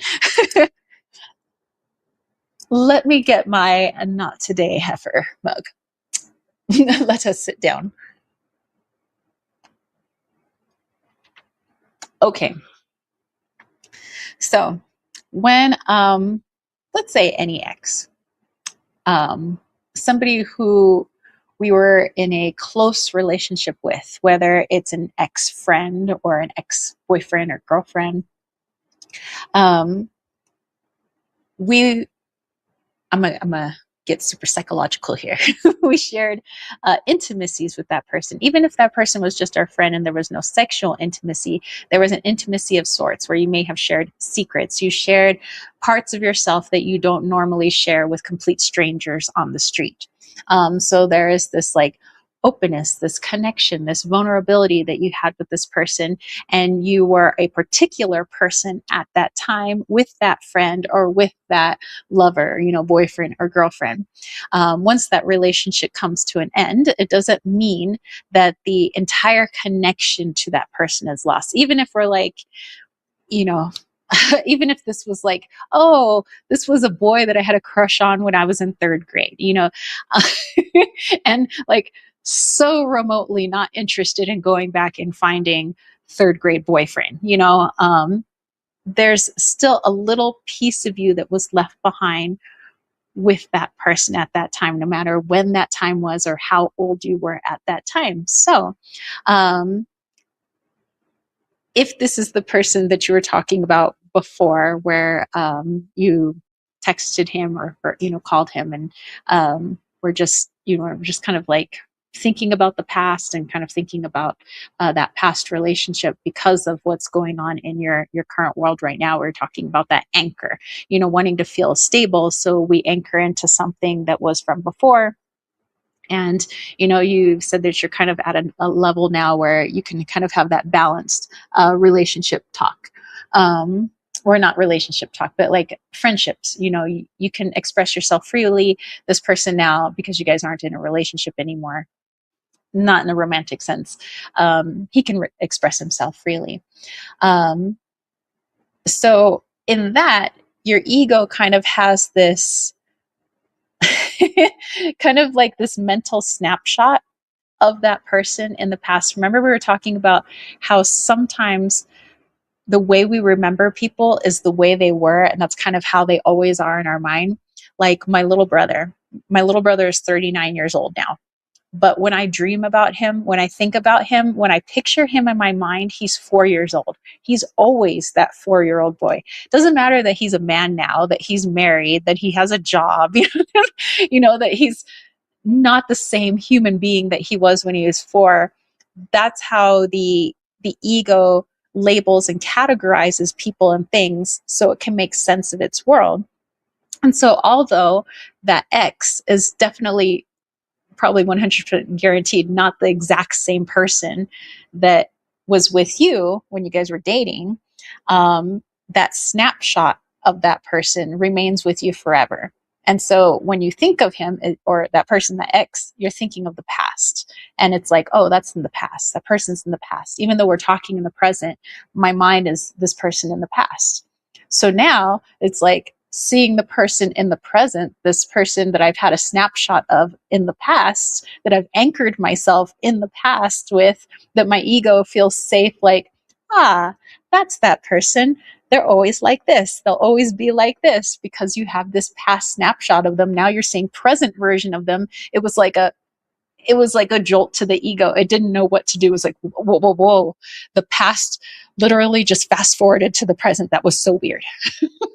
And so, although I know that consciously you're like, well, that shouldn't freak me out. It shouldn't throw me off guard. It shouldn't throw me off balance, but it throws your ego off balance because right now there's a lot of things that have been going on in your life that have been making you feel a little off kilter, a little unstable, because, there's so much flux and, people coming in and out of your life, to a great degree right now. So to have where your ego tried to anchor itself, to have that person now present themselves, it was like the ego didn't really know what to do with that because in its brain or in its ego mind, it's like that person should be back here. It should not be here. Even though I'm literally talking to this person on the phone, I should not see them here. What are you doing in my present? A siren says, "Hi guys, just finished dinner. Hey, how are you?" And Melissa's, "Yeah, same." So yeah, that is the reason for getting off kilter because I've had that happen a couple of times before. And this was like before I decided to go on a whole spiritual journey. And then as I was like working through things, that was something that came up. I was like, why did that happen? Like, why was I so like, oh my gosh, that person, even though I had no interest in ever like going back and trying to date that person, like no attraction to that person anymore at all. It was just like, whoa, it's like the past just like was bam in my face. Kind of like what I was talking about. I used to be a preschool teacher before I taught high school. And the one of my friends that I worked with, she was like the lead teacher in the preschool classroom. Her son was in that classroom, and he was 5 years old at the time in 2005. That boy is now like 26 years old. So she had posted a picture of her and her husband and her son on Instagram. And it was like a whoa, like I almost had that like off kilter moment because in my mind, her son is always 5 years old. He's always going to be that little blonde, curly haired boy, you know, and in my mind, my friend is like frozen in time in 2005 because that's the last time I saw her. The way her husband looked in 2005, he's frozen in my mind. So it's like they just like fast forwarded 21 years, and I'm like, what the heck, you know? It was like a little like jolting. So I understand what you're saying. And Lewis says, well, DNR ego. um And Siren says, I was wondering what herb would help the love and deep space community in its boycott of the game. Oh, they're boycotting the game. Oh, my goodness. Oh, and Heather's saying hello to Siren. Well, yeah, we could take a look into that. So let me just finish what I was saying with Lilith. So, yes, definitely. That is why you felt like, oh, probably almost fell over backwards. It's not that you were stunned by this person's gorgeousness, although I don't know how gorgeous this person is to you. um, but it's more that the past was now being presented to the ego's present, and the ego in its infinite need for having to put everything into a box, into an era. It's very discombobulating to the ego when that happens. It's like having seen this person 10 years ago. That's where they're always going to be. That's how they're always going to look. That's how they're always, you know, who they are is who they were 10 years ago. Then when you're presented with a different version of that person, perhaps an older version of that person, it's like, wait, what? That's not the you that I play in my mind. You know, this is different. Lola says, thank you. You're very welcome. Yeah, I had that. That happened. That happened also before, like when I was a teenager. There was this boy who teased me incessantly when I was in elementary school. Actually, he was kind of a jerk. He was a jerk. And he teased me again when I was in middle school, and then he changed middle schools, and I didn't see him again until like senior year of high school. And of course, you know, boys and girls change a lot through adolescence. The boys get taller, girls fill out, boys fill out, you know, things like that. And so I remember I was at the grocery store, and I think I had my brother with me. I don't quite remember. All I know is that I got to go pick up some groceries, and I got to use the family car because I was, you know, learning how to drive. So I felt like super cool because I got to drive on my own without my mom. And so I drove the car a whole whooping half a mile to the grocery store. And I was in one of the aisles, and I heard somebody say, "Hey, Tara." And it was like a deep voice. And I look over, and I immediately recognized him. It was just like an older version of this kid named Andre. But in my brain, he was still a little punk, and he was still a little jerk, and he's still that kid who teased me. And so I looked at him and I was like, hey. And he was like, wow, how are you? Like, what high school are you going to now? I was like, Castle Park.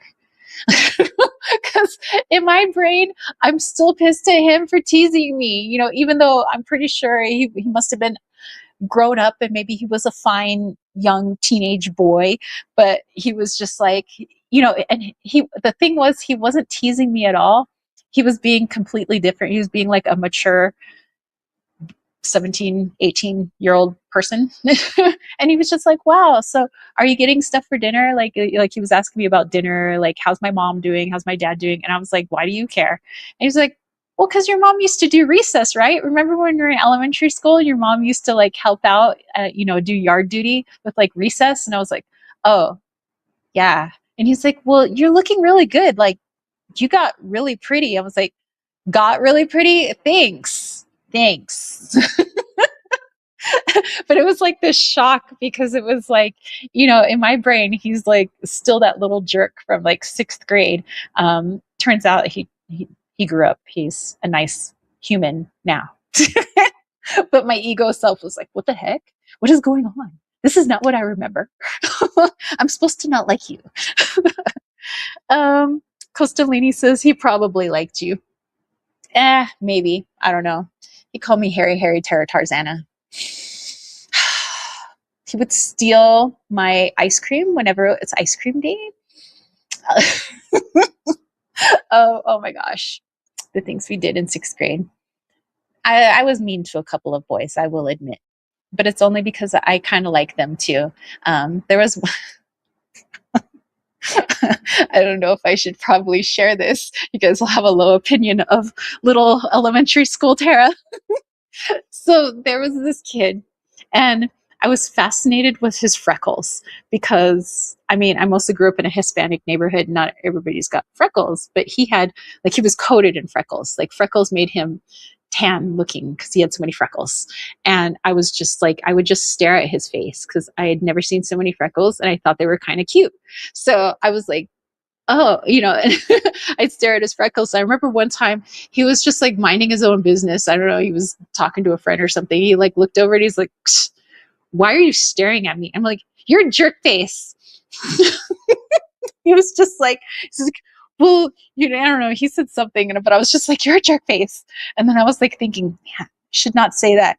And then he was like, what happened? Somehow we got into this thing that kids do in elementary school, and I don't know why we do it, is like pain tests to see like how much pain we can inflict on our friends to see if they're going to yelp in pain or not. I don't know. Maybe this was just my neighborhood, but like guys used to like, they would punch each other in the arm to see if they could make their friend flinch. They would be like, bah, and they'd be like, that didn't hurt. Okay, now do me.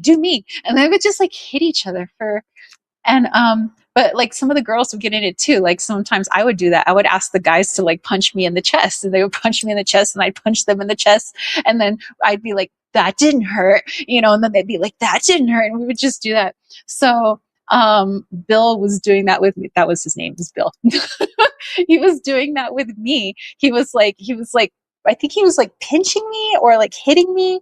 And I don't know, whatever it was, I was saying that didn't hurt. So let me do it to him. And then I don't know what made me do it, but I kicked him in the nuts. Like, I kicked him really hard. I'm so sorry, Bill. But it's just because we were upping the ante. We were kept doing things that we were trying to see if we could make each other flinch. And that definitely made him flinch. He crumpled to the ground, and I remember he was in tears, and he was like, man, he's like, I hate your guts. And I was like, well, I hate your guts. And then I felt bad because I kind of liked Bill. So because I liked Bill, I kicked him in the nards. I'm sorry. Like, Heather's over there laughing.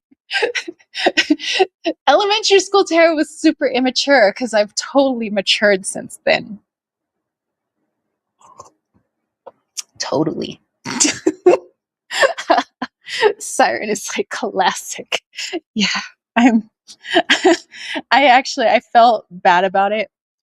So the next day I do remember that I did try to apologize, and he was in safety patrol with me. The kids that hold out the stop signs after school and before school so that kids can cross the crosswalk safely.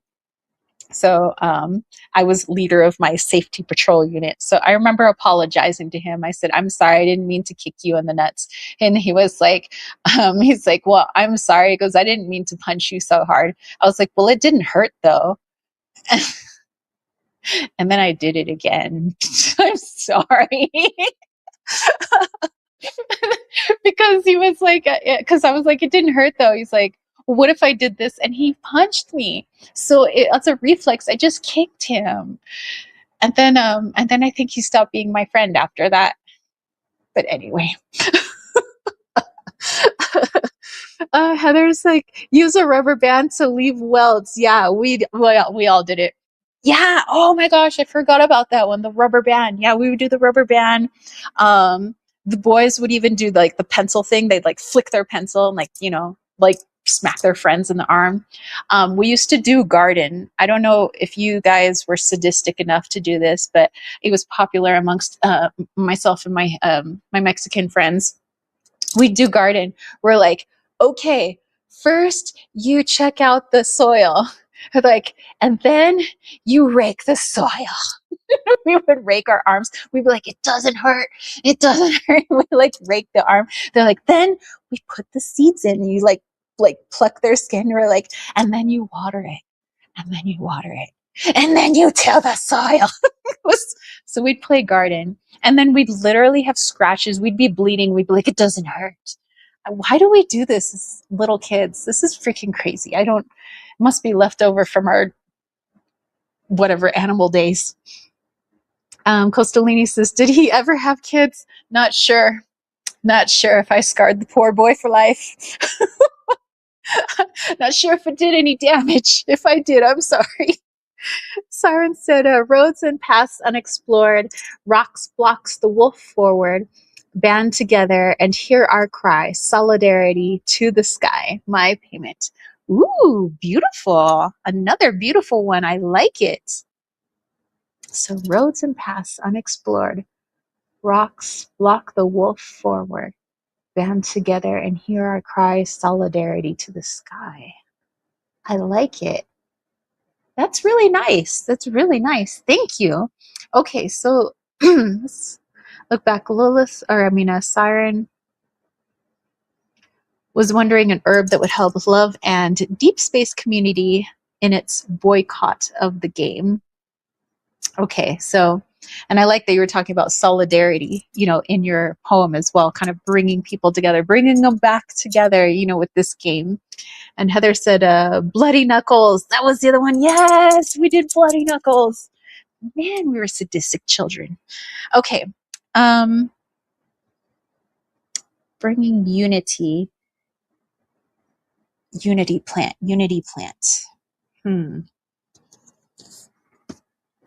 I'm thinking of a plant, but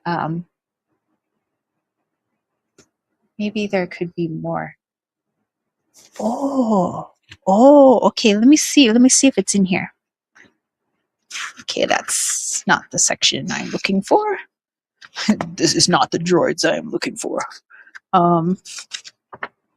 Yeah. As I'm looking for it, I'm like reviewing like my elementary school self. I roughhoused. I wrestled the boys.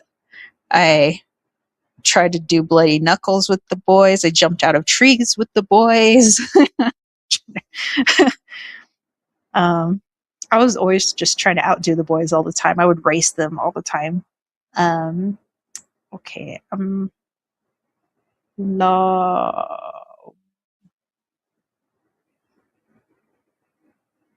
Okay, so maybe it's under a different term. Okay. Sometimes there are different names for the same plant, so it's always good to try to look up what their different names are. Okay, 221.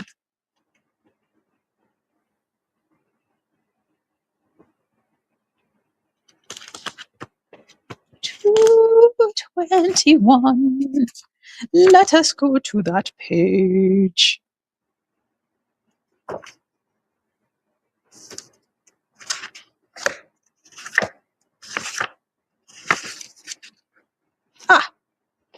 Yes. Okay. I was thinking of laurel, and then I was thinking of olive branch, and extending the olive branch, bringing people together. Usually is olive, all of us together. Okay. So let's read a little bit about olive. And the different ways that maybe well, definitely, like I said, as always, do a little bit of research on it and maybe try to incorporate it into some foods, maybe even looking up art. A lot of people have done olive art, which is interesting. And then you also think of like olive oil from Popeye. Okay, the olive was first cultivated 6 to 7 thousand years ago in the Eastern Mediterranean and has been valued as food and medicine ever since. So this has history. And so, just like your video game, or since the advent of video games, it has a history. And video games started from what is it? I guess coming from board games at first.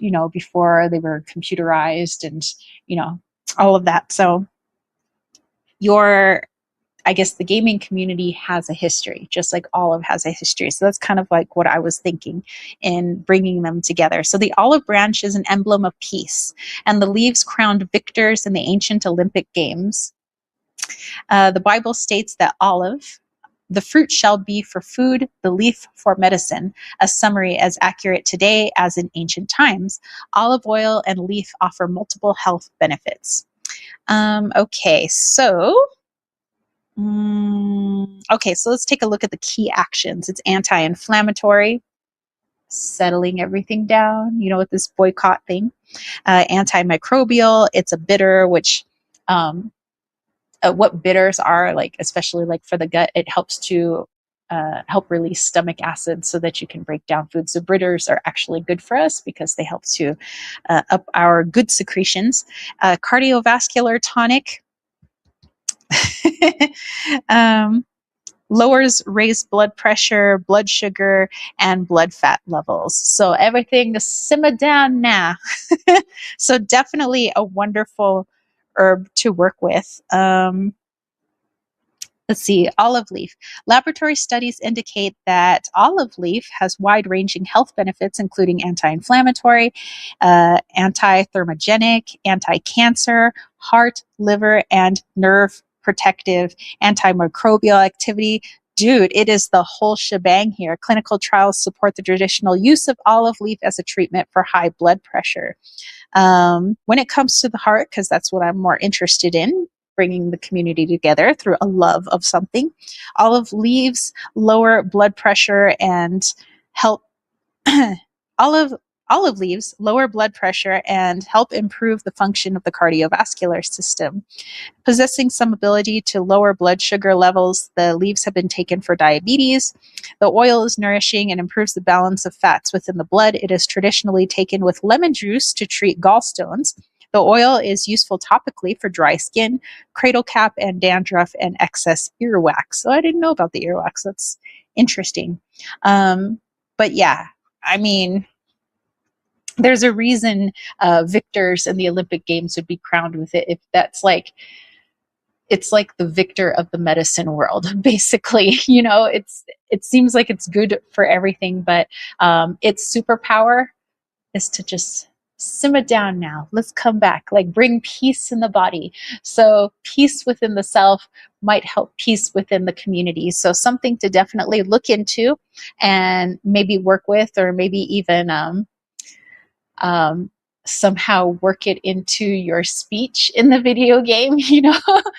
Get creative in bringing olive oil into the picture olive. So it could be the leaves. Maybe you can cook something with olive oil. Maybe you could just straight eat some olives. Maybe you can put some olives into your salad.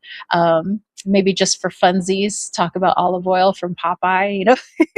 So good stuff. I think that that would be a perfect herb to utilize in bringing your community back together, because it literally is the plant of victors. It is the bringing everybody together in celebration.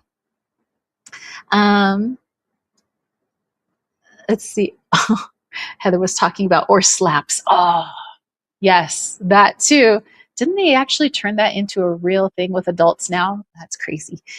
It says, we're an effed up generation, but we're the fun generation. Costalini said 7. Oh, oh my gosh. Siren says, so you're saying we should stop. A lot of players are doing this because the company pulled the new love interest 10 days before release due to pressure from the Chinese government. Um, so I feel like, not to say you guys should stop in like like momentary boycott, because like what you're saying here is that the reason for the boycott is because everybody's upset over this issue, taking a character out. You guys would like to bring this character back. This is more, I feel like, bringing people together, bringing tempers down, and realizing what beautiful community you've created or has been created through this video game. And so that, possibly either everybody continues later on, no matter what the decision is, whether they bring this character back or not, but just to continue to bring harmony and peace within the community. So not necessarily to stop your boycott in its tracks, but to understand that just because this thing has happened doesn't mean we need to be erased as a community. This video game has actually brought so many people together. Let's take a look at that. Let's look at all the victories that we've had in our own personal lives through the utilization of this video game. And moving forward, no matter what happens, we stay a tight-knit community. That's more, I think, how Olive might be able to help. So yeah, like I said, definitely see how you can integrate it into your community, or maybe just for yourself, and which would definitely shift your energy and how you react with everybody, within the community, thus spreading the victory of Olive. Siren says, I agree, but that's like letting the company abuse us. Um, Not necessarily. Where still voice your opinion, of course. Like with any big companies, they do what they do, but they do at some point have to listen to their clientele, because without their clientele, they are no company at all. Like let's say at the beginning when Nintendo first came out and Mario Brothers had come out, let's say Nintendo had decided they were no longer going to have Mario in Mario Brothers. It was just going to be Luigi. I'm sure there would have been an uproar, and then a lot of boycott, and nobody wants to use Nintendo anymore. Well, that would really suffer in sales. That would hurt them. So it'd be like, okay, well, maybe we've got to bring Mario back, or we have to do something else that is going to be pleasing for our audience. So who knows? Either they bring the character back, or they do something else that is pleasing to the audience. Because if you guys are enough of a voice and you are creating enough of a disturbance in their pocketbook, then yeah, so they're either going to find an alternative that will make everybody happy, or they are going to bring that character back. But whatever happens, definitely don't forget what beautiful things have occurred because you guys have come together as a community. So don't forget that. Don't lose sight of that. Sometimes I know that we get so focused on, the things that we're passionate about, like, hey, that was, wrong that you did this, that we forget about everything else. We forget all the beautiful people that have come together because of this video game. So I would say all of it's just going to help you not to lose sight of that. It's okay to be passionate. It's okay to, want change. Of course, that's what makes the world a beautiful place. Are all the changes that we make, and that the people make those changes, but not to forget that it's the people coming together and how beautiful that is while we're trying to make these changes.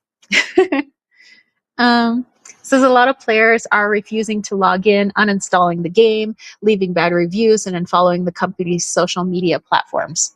And I'm sure that's going to put a hurt on the company's pocketbook. So Olive is definitely not for the company. It's for you guys.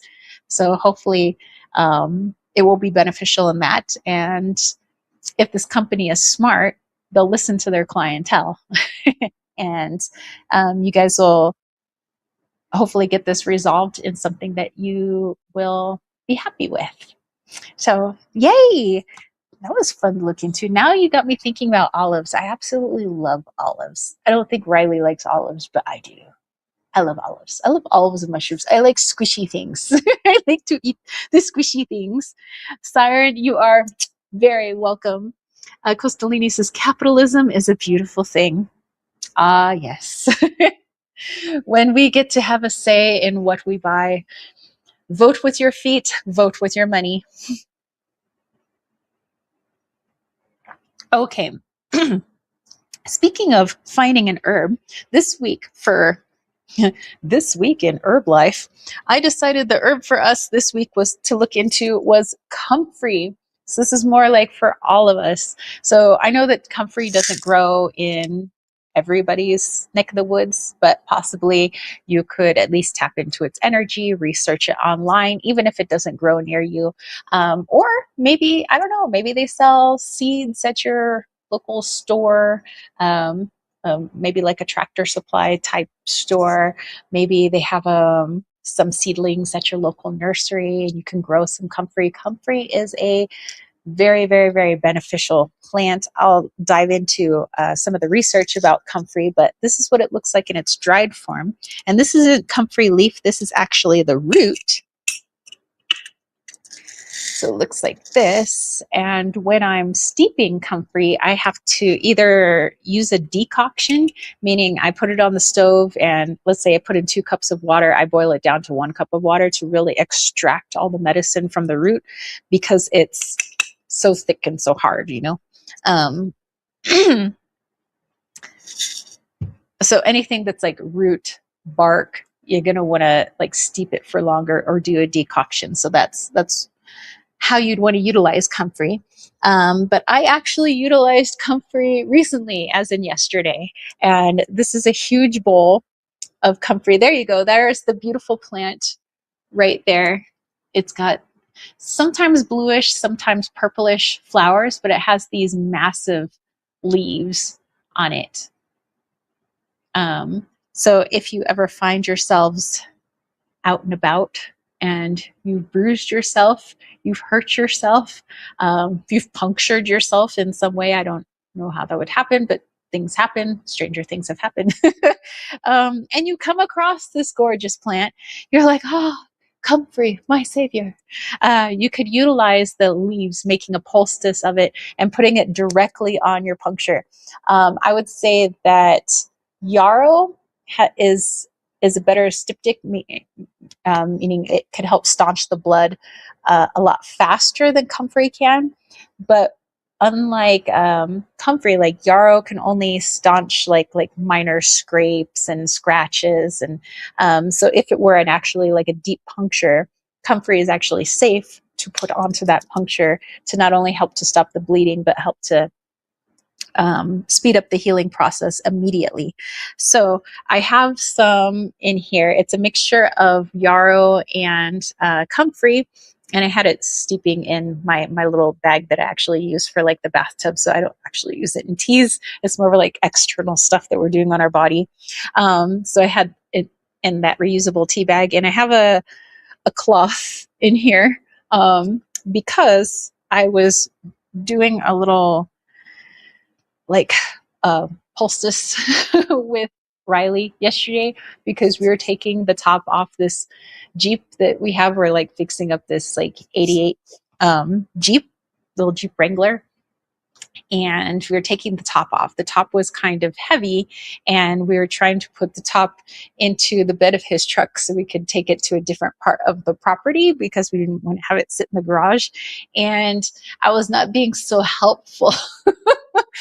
I mean, I was trying to help, but I didn't quite understand what Riley was trying to say. And well, ended up kind of sort of dropping it on him so that he was like losing it, and then it like slid down his leg, and like he really scratched up the back of his leg, and like it's like almost like a rug burn, but like really, really bad rug burn. And I didn't want it to bruise. Obviously I know it's going to bruise, but I didn't want it to bruise as badly, and I wanted to like speed up his healing, and I felt really bad. So I was like, hold on, I have some herbs for that. So I got some comfrey and I got some yarrow, and I just let it steep in this like boiling water for a while. And then once it was nice and cool, I just put a cloth in there, let the cloth soak, and then I would just squeeze out like a little bit of the liquid so it still had some liquid in it, and I just like had him lay his leg on it for like 20 minutes or more.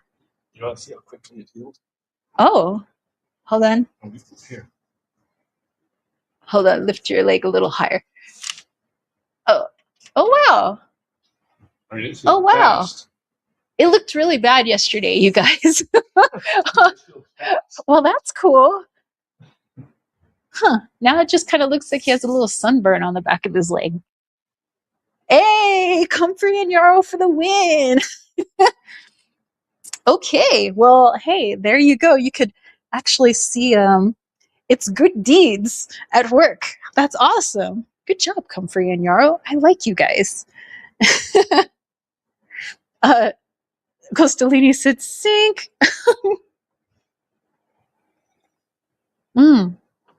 Okay, so let's read a little bit about comfrey, shall we? Okay, comfrey, which you guys were looking at some pictures that Riley was showing you, but also here's some pictures in this book, The Encyclopedia of Herbal Medicine by Andrew Chevalier. Okay, it says comfrey's name testifies to its traditional use in mending broken bones, so it's also known as knit bone. Comfrey is a corruption of con firma, meaning the bone is made firm. So con with or firma, firm, just like terra firma. That's what my mom calls me, but only when she's mad at me. Symphytum is derived from the Greek to unite, and knit bone speaks for itself. Comfrey is also a wound herb. Keogh is his Irish, in his Irish Herbal, wrote that it heals all inward wounds and ruptures. Today, it is still highly regarded for its healing properties. So, its Latin name, Symphytum officinale. Well, I know it said the translation in Latin, but I like to look into my little Gardner's Latin book. And let me just do a little double check. Symphytum. Because is that what it really means? I'm going to cross-reference this book. Symphytum.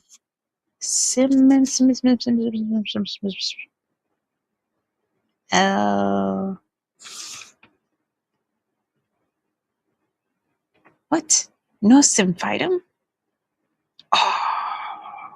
The one Latin word I can't find in this book. Well, I guess we'll just have to go with what they say. Okay. To unite. I'll take their word for it. Okay. All right. A plant native to Europe, comfrey grows in all temperate regions of the world, including Western Asia, North America, and Australia. It thrives in moist, marshy places. It can be grown from seed in spring or by root division in the fall, and the leaves and flowering tops are harvested in summer. The root is unearthed in the fall. Its key actions are a demulcent, an astringent, anti-inflammatory, heals wounds and bones. Allantoin is a cell proliferant that stimulates the repair of damaged tissue. The herb's anti-inflammatory activity is partly due to the presence of rosmarinic acid and phenolic acids. Research shows that as isolated substances, a certain pyrrolizidine alkaloids can be highly toxic to the liver. It is still unclear whether they are toxic in the context of the whole plant, as they are only present in minute amounts, often being completely absent from samples of dried aerial parts. The highest concentration is in the root, which should not be used internally. Skin application as well as the aerial parts of the plant are considered safe. However, there are ancient cultures that have used the root internally. However, it was in smaller amounts, meaning just like when they were ill, they'd have some teas with it and stuff like that. So it wasn't like a daily tonic. So I can see, this being an herb that it's so potent you want to take it in small doses. If you're using it externally, like that's cool, but and because it's so potent, if you're taking it internally, I would say just maybe like a tea here and there instead of like multiple cups a day every day. Then I can see it being a problem. So a little too much of a good thing. You don't want to do that with this one. In Germany and elsewhere in Europe, comfrey is widely used for sprains, bruises, and sports injuries. Research, mostly in Germany, endorses the traditional knowledge of comfrey's wound healing ability. In a 2007 study, physicians rated the efficacy of comfrey leaf cream in healing abrasions. The doctors rated its effectiveness as good or very good in 93% of cases, and complete healing took 4 days with comfrey and 7 days with a placebo. Other studies indicate comfrey's value in promoting tissue repair and as an anti-inflammatory in conditions such as a sprained ankle, osteoarthritis, and lower back pain. Okay. Comfrey's ability to promote the healing of bruises, sprains, fractures, and broken bones has been known for thousands of years. It encourages ligaments and bones to knit together firmly. A comfrey compress applied immediately to a sprained ankle can significantly reduce the severity of the injury. The combination of tannins and mucilage helps soothe bruises and grazes. Other uses, comfrey preparations have many other uses and can be applied to heal problems such as insect bites, scars, skin inflammation, acne, and mastitis. Cool beans. So it says you can use the dried aerial parts, the dried root, the fresh aerial parts. So lots of good stuff. Another wonderful plant, kind of like the all-around olive being really good. This is really good at holding us together, holding our little bodies together, our bone structure, our ligaments, everything that holds the body together. That is what comfrey is mainly good for. But like I said, it's like it speeds up the wound healing process. Really good for external use. Heather says, geez, another answer I saw asking, what's a good herb for bruises? Good to know. I knew about the yarrow, but I wasn't sure if it was comfrey. Thank you for confirmation. +2 in Latin, symphytum means growing together or to unite. Yes! In Latin, symphytum refers to the herb comfrey, often specifically Symphytum officinale. The word itself is a Latinized version of the ancient Greek word symphyton, which translates directly to growing together or uniting. That is interesting. Coming together. And we were literally talking about people coming together with Siren's question. So all of bringing people together. But if you physically want to bring this body together and bring the skin cells together, like everybody, let's heal faster, comfrey. I myself personally feel that comfrey works extremely well with yarrow. So if you're really trying to heal something quickly, that's why I paired it with yarrow. As good as comfrey is, and I'm sure it would have done a decent job on its own, but I kind of think that yarrow is its bestie. So,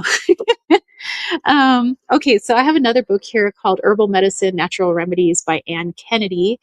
Another one of those cool thrift store finds. I love thrift store books. Okay.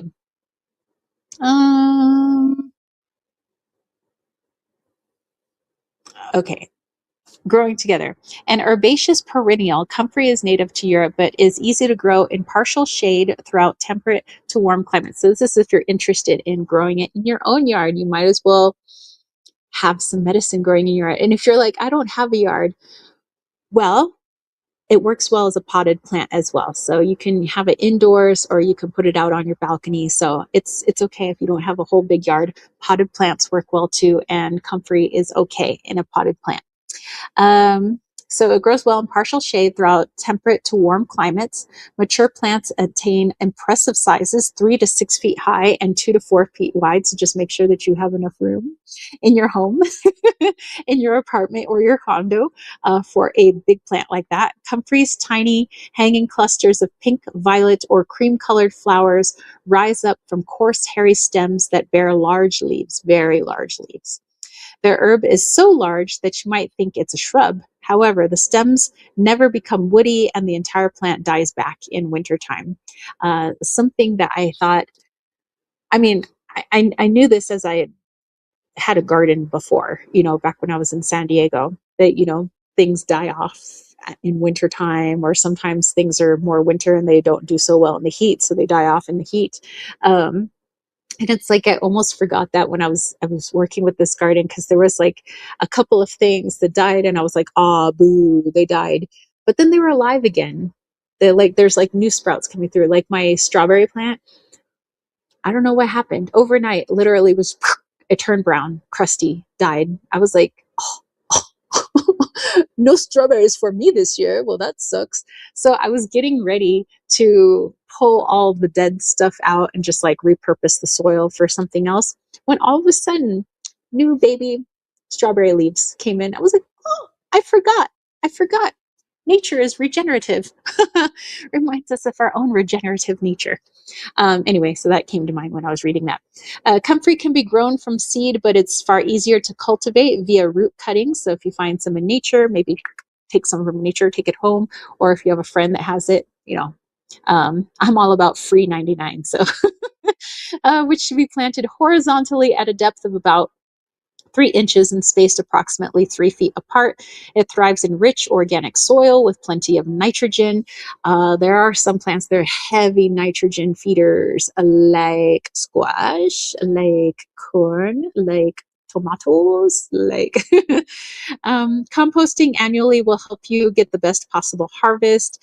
You can cut and dry the leaves anytime after the plants reach a height of 2 feet. So just a little info in case you wanted to grow some in your neck of the woods.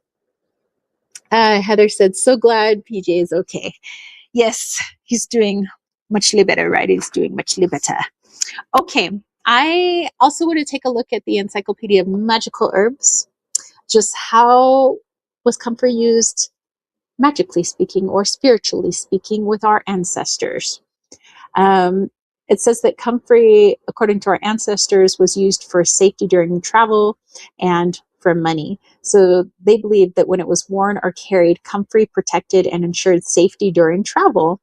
Also, they would tuck some into their suitcase so the suitcase wouldn't get lost or stolen.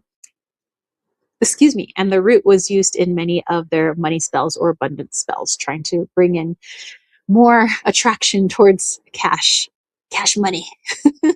um, so I could see the protection, noticing how it helps to mend the body together, bringing parts of the body together, strengthening our ligaments, our tendons, our bones, knitting things together. It could be seen as very protective. So I could see how it could be used in a spiritual sense in that way. Also, in attracting abundance, it's like, wow, if you can bring this like abundance of like healing cells to a wound site, like surely it could bring abundance of money my way too. So I could totally see that. All right. Cool beans. All right. So do we have any other super chat, super stickers? I know some people like to use Venmo or PayPal, which is totally cool. I understand some people like to boycott. Speaking of boycotting YouTube, which I noticed that YouTube, I think, it got its little undies in a wad because I'd been bad mouthing it as of late, as I have always have, but maybe it's paying more attention because I had that one video that kind of went viral. Um, because now it's like suppressing my little shorts that I've made because I'm like, dude, I usually get more views than that. I'm like, oh, I see. YouTube's putting me in a timeout because I say bad things about it. Well, that's just too bad. So sad you're dead. So Costalini says, viral, you say? Viral? Oh, yes. Yes. Mhm. I mean, the words they put into our vernacular. Not viral as in it was bad and I'm contagious, but contagious in a good way. And I guess it wasn't viral. It was more like 600,000 views. But anyway.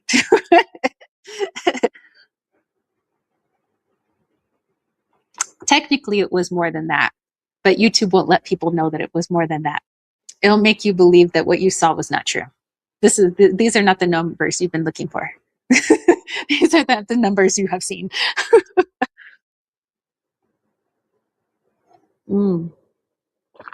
This was a really good tea if you guys want to check this out. I mean, if you're looking for a little energy boost, but you don't want to get all, crazy, like caffeine crazy, sage and lavender and honey. And by the way, as I've been drinking this tea, like I said, my sinuses have been a little messed up. It's not like allergies, it's just my body feels weather changes. So like when the barometric, pressure is just like all over the place and it's humid and then it's dry and then it's humid and it's dry, like my little sinuses are like, you know, so, but I feel perfectly fine now. So sage is like my go-to for anything like sinuses are messed up related, and honey, sage and honey. But the lavender was a nice touch, a nice little hint of chill. Okay. So if we do not have any more super chat, super stickers, we can go into our guided meditation, and perhaps we should have Comfrey lead this meditation and bringing people together. Oh, I wonder what kind of meditation that'll be. Uniting the people, uniting the collective. All is one. Ooh. What instrument should we use for that? Flute, maybe. Like the Pied Piper, but less weird. Like good, positive, benign Pied Piper. So Selene says, I kind of want to know how much ego I have remaining, but I don't know if you could do that without tarot. Yeah, I mean, I would do it without tarot. Let me do a quick check-in and see if like the big man would be okay with that. Because I'm not seeing how that could keep us trapped in our ego. More like freeing ourselves of the ego, because ultimately that's what we want. I could look into it without tarot. I mean, I don't think I really use tarot for that anyway. Okay. We could do that. Let me have a little sippy first. And just remember that it fluctuates.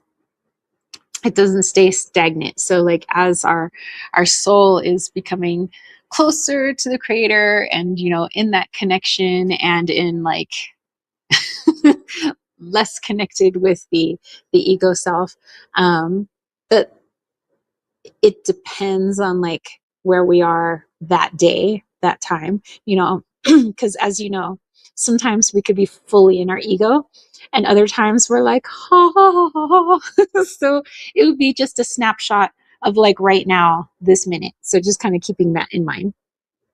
Okay, but like an average, excuse me, over maybe since the sunburn. Okay. Okay. So this is post sunburn. Okay.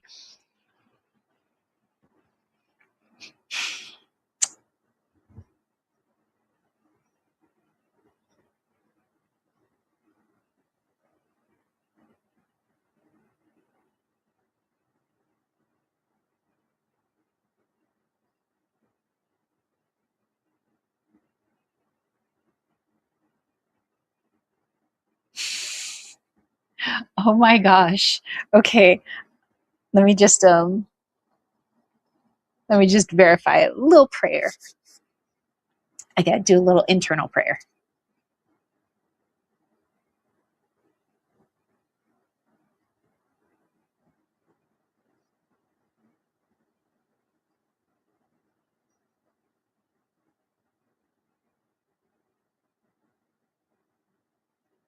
Okay.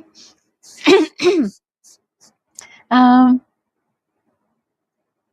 this is like after burning away the layer. I feel like it's around the 20s. Well, okay. So um kind of what in my little mini prayer that I was doing, my little internal prayer. How earlier I was talking about like the like your soul and your ego were kind of utilizing the sun as in like, personification of like the masculine yourself, giving yourself permission to go ahead and shed that layer of your old beliefs, who you were, in a very physical way. But also it's like, Jesus or Yeshua was coming through. He's like, also when we talk about the sun, hello. I was like, oh yeah, you. Right? So what he was saying is not so much in like, not like Jesus is like giving messages, but more he was just showing like his joy at this moment, this second, and that your heart is open to the creator. Like your heart is like open to all of what you've been created to be, and following your path, and trying to better yourself, and trying to listen more to, that voice. And so in that, he was like really happy. And so he was showing me, I know that you were kind of making a joke before, you were like 6, 7. But he said, it's kind of like if we were to separate the ego that's kind of separated us from the creator, that separation. He says it's like there's a 67% separation, soul trying to move away from the ego at the moment, instead of the ego trying to move away from the soul, if that makes sense. So in this like moment, he says like it could change in 5 minutes, but he's saying for right now, it's like 67%, which is like, yay. Like, to have the heart like that open, like listening, trying to like be one with your creation, being one with your mission, what you were created for, being open to that, whatever that may be, like getting a thumbs up. So I was like, oh. Costalina is like, oh, the sun. Yes. And Lila says, Tara, could you tell how many fractals one has retrieved more or less? Like, could you tell if it's over half of a being? It's a little more difficult. Like, okay, so he said it's like 33% ego, or the soul is trying to let more ego in. So this is more like the soul is like, see you later, part that has kept us away from our creator. So yeah, I feel like it's more, you're embodying 60% more soul, like you are more of that. So instead of saying like I have this much ego, it's almost like, the creator is saying, why would we focus so much on the ego, how much percentage the ego has? Why wouldn't you look at how much the soul is in connection with its creator at the time, how much, it has grown? So it's just another way of looking at it. And instead of keeping the focus on solely the ego.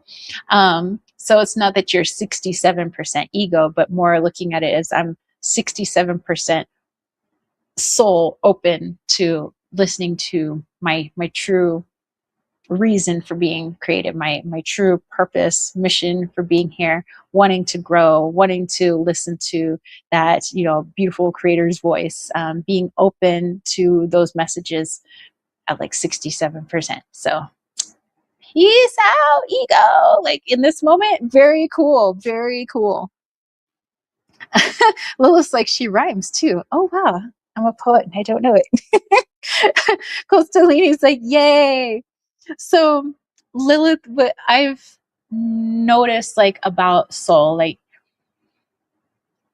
it's hard to say how many pieces of us are floating around, like of our soul, like everywhere, because in the realm of spirit, or like in the realm of, let's say, like heaven, time doesn't exist, which is why like when people have had those near-death experiences, and they say that they've, briefly gone to heaven. They've met their loved ones. Their loved ones are like so happy. It's like, yay! It's like no time has passed. There was like no sadness between, because it was like literally like that. Like I saw you literally 2 seconds ago, even though it may have felt like for you in Earth years, like 30 years have passed. But in heaven, it's like everything is happening at once. In that etheric realm. So within that notion, from that point of view, all those pieces, possible past lives and future lives of you, they're all happening at once, ultimately, so we can maybe head back to the creator at some point. But so it would be difficult to say like, oh, you've got like 30 pieces of you here and 40 pieces of you there, and some pieces of you here in this lifetime. But it's more like it's all happening at once, therefore all pieces are still you, so it's really only one. It might be multiplied. So it may look like a prism where the light's going in all directions, but it's really one source. There's really only one you, technically. So that's why I say it's kind of hard to say like, oh, well, because then it would be giving your energy a finite number. Like there's only this many pieces of Lilith here and only this many pieces of her here. No, there is only one Lilith, but she is everywhere. She is infinite. The soul is infinite because it comes from an infinite being, Lilith's like, could you tell for me? So that's why I say it's difficult. That I cannot do, because I can't place something finite and something that's infinite, and your soul is infinite. Your soul is eternal. So I can't do that. But this is, I get the difficulty. I meant more for like the upcoming timeline shift in this incarnation. Well, all I would say your soul needs to focus on is where you are right now, instead of the versions of you that could be. Just like we were talking about, like the different lodges, like the lodge that you're in right now, where you're like, really, really going through some stuff, working through some stuff. So it's really only two possibilities. But the possibilities are up to you. So it's not predetermined, but it's up to you. So you have the choice of like, well, I could stay here and work on things more, which I know that you would like to get out of that lodge. But it's kind of up to your soul and what you're ready for, and if you're truly ready to take that next step of deciding who you are, and that nobody else defines you, nobody else's memories of you define you, or nobody else's assumptions of you define you, or their story doesn't define you. You get to create your own story. And if you're absolutely ready for that, then that's the timeline then you're going on. If you're saying I'm not ready for that quite yet, then you stay where you are. But that doesn't mean that can't change later on. So the timeline shift is also not finite. It doesn't mean like, oh gosh, I missed the timeline shift. That was yesterday. Gosh, I guess I'm stuck here. That's infinite too. That's also no time, because it's in a spiritual realm. So whenever you're ready, just like we're talking about Shadowland's music, that everything in divine timing, when her songs are ready to be made, they'll be made. When her stories or her poems are ready to be shared with the public, they'll be shared with the public in the right time. When you're ready to be on that freeing timeline, that timeline will be available for you.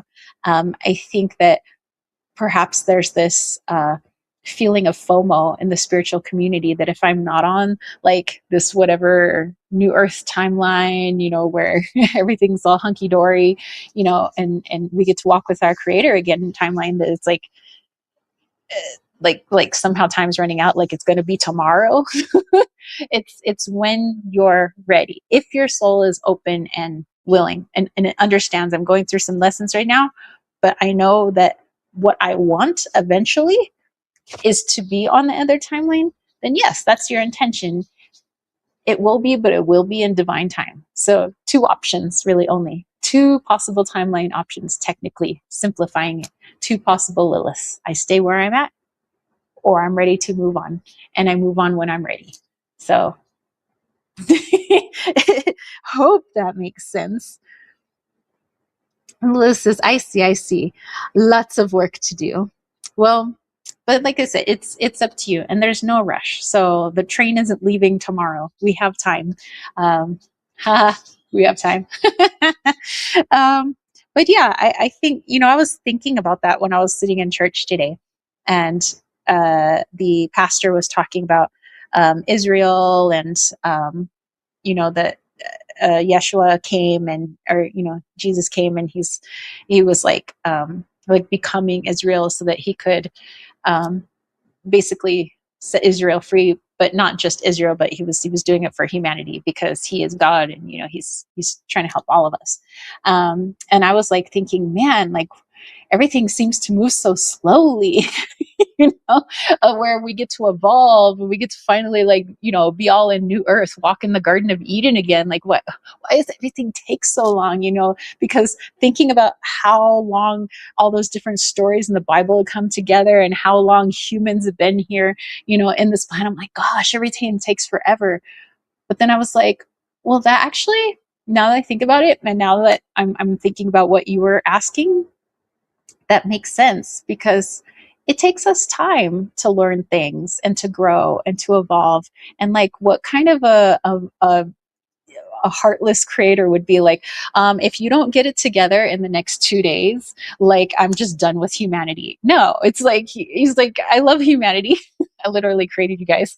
So I'm going to give you guys some time to work on this and figure it out. So you have time. Time is on our side. Lilith's like, want to be there, stat. But of course, yes, there is the feeling that I think all of us have, which is like, I just want to be in that place now. Like, that would be cool. But we just got to be ready for it. Just like a song has to be at the right time, divine timing. And then we get to party later. So thank you for asking that.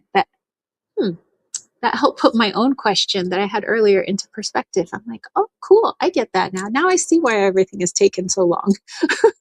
It's like, I'm giving you time to figure it out. That's why, we don't give final exams, senior high school exams to a kindergartner. We want to give them time to figure things out before they're ready to move on to the next level, Heather says, one thing I've learned is we all have our roles to play, and that we're all doing our part in the grand scheme of things. Yeah, exactly. That's why we're not all the exact same person, because how lame would that be? That's why we're all in different places, different languages, different backgrounds, different people, different purposes, different missions. It's all so that we can all help each other in our own way. And our way may not be the way of somebody else, but we're all meant to help each other, so that eventually we all get to that really cool place, that new earthy place. We get to hang out. Hang out and play some good music, and oh dude, that's gonna be rocking. Sorry, I was thinking about how cool it would just be. Never mind. I was like, yeah, barefoot through the forest. I could do that now, but with less self-consciousness, because you wouldn't care anymore what people think. Costalini says, interesting. I just got the ringing in the left ear. It's always been, oh, that's right. I was going to talk about the ringing. Oh, okay. Before we get to our meditation. Okay, hold on. That was the last of that tea. Okay, so before Riley's birthday, I started getting the ringing in my ear more intensely than usual. Sometimes I get it every once in a while, and it'll just be for a little bit. And it's right when I notice that there is a spirit nearby or an energy, and I'm like, oh, okay. And as soon as I acknowledge it, the ringing goes away. But leading up to his birthday, our friend is going through some things with her mother's upcoming memorial. And every time she has mentioned her mom, that ringing is so loud in my ear, to the point where it's almost painful. No, it's never been that way. It's never been painful. It's always been like, oh, I kind of have a little bit of a ringing, but I've just kind of been like, and I'm like acknowledging, okay, I'm sure that there's like a strong spiritual energy nearby, and that's probably why it's happening. And of course, it goes away. It's just never been that strong. Well, then Riley's birthday comes around, and I got up in the morning. I wanted to start making his cheesecake as soon as possible, just because like cheesecake takes a while to set and all that stuff. So I was in the kitchen and I start getting things ready for the cheesecake, and all of a sudden the ringing is just like painful, almost to the point where I started feeling nauseous. And I thought I was going to faint. And I thought, like, am I getting like sick all of a sudden? Like, what? I don't get sick. So I was just like, what is happening? And it felt like the kitchen was full, like full of people. Like I was crowded shoulder to shoulder, like so many people. And so I wasn't sure if the ringing in my ear was because there was lots of spirits around, or am I having a stroke and I'm dying? What's happening? And so I walked out of the kitchen into the bedroom to go do something. I forgot what I was doing, but then I felt instantly better once I was in the bedroom, and I was like, okay, well, that was weird. So I thought, well, maybe because I'm still tired or something, maybe I just feel a little off kilter. I go back into the kitchen. Bam, ear starts ringing in. I feel like nauseous. I feel off kilter. I'm like, whoa, what's happening? Too many people. I leave the kitchen just fine. I'm all better again. So I was like, okay, there's a lot of spirits in the kitchen, but there's so many that I can't even decipher, like male, female. It's just like, it's like one smorgasbord full of people. So I was like, wow, a lot of people came for Riley's birthday. So I was like, that's cool. Well, I did ask that whoever was in the kitchen just like simmer down now, because I won't be able to do this cheesecake for Riley if I faint and crack my head open on the floor. So I was like, could we all just chill, please? And they did. They chilled down. Whoever was there, whoever all those people were, they chilled out. But yeah, I have been feeling it in my right ear, and I noticed that when it's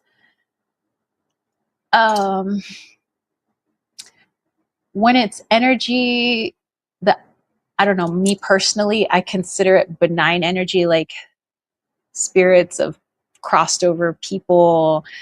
Could be when I feel like, you know, the creator's presence around, it'll be on my right side.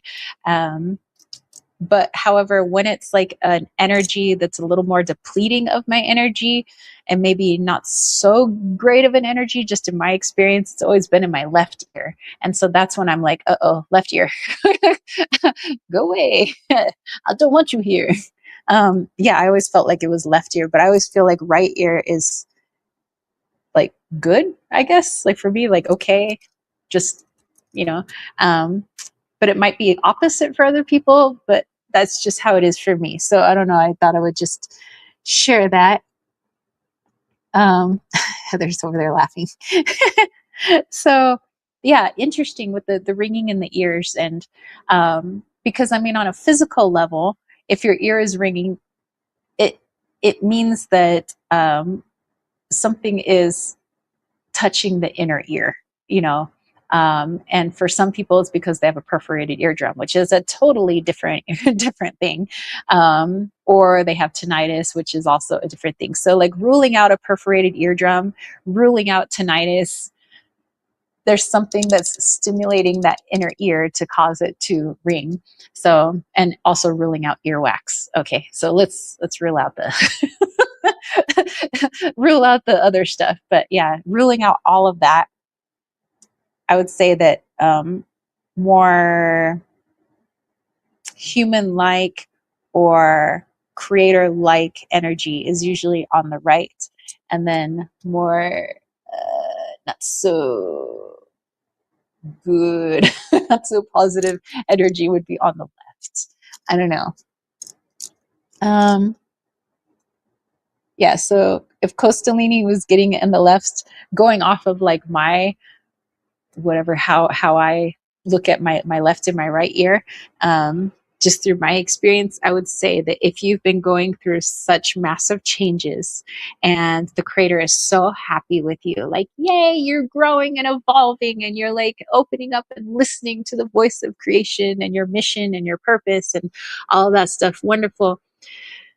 Of course, there would be an equal and opposite reaction from the negative polarity, the not so great side, being like, hey, what? You cannot leave your ego. You cannot leave the material world.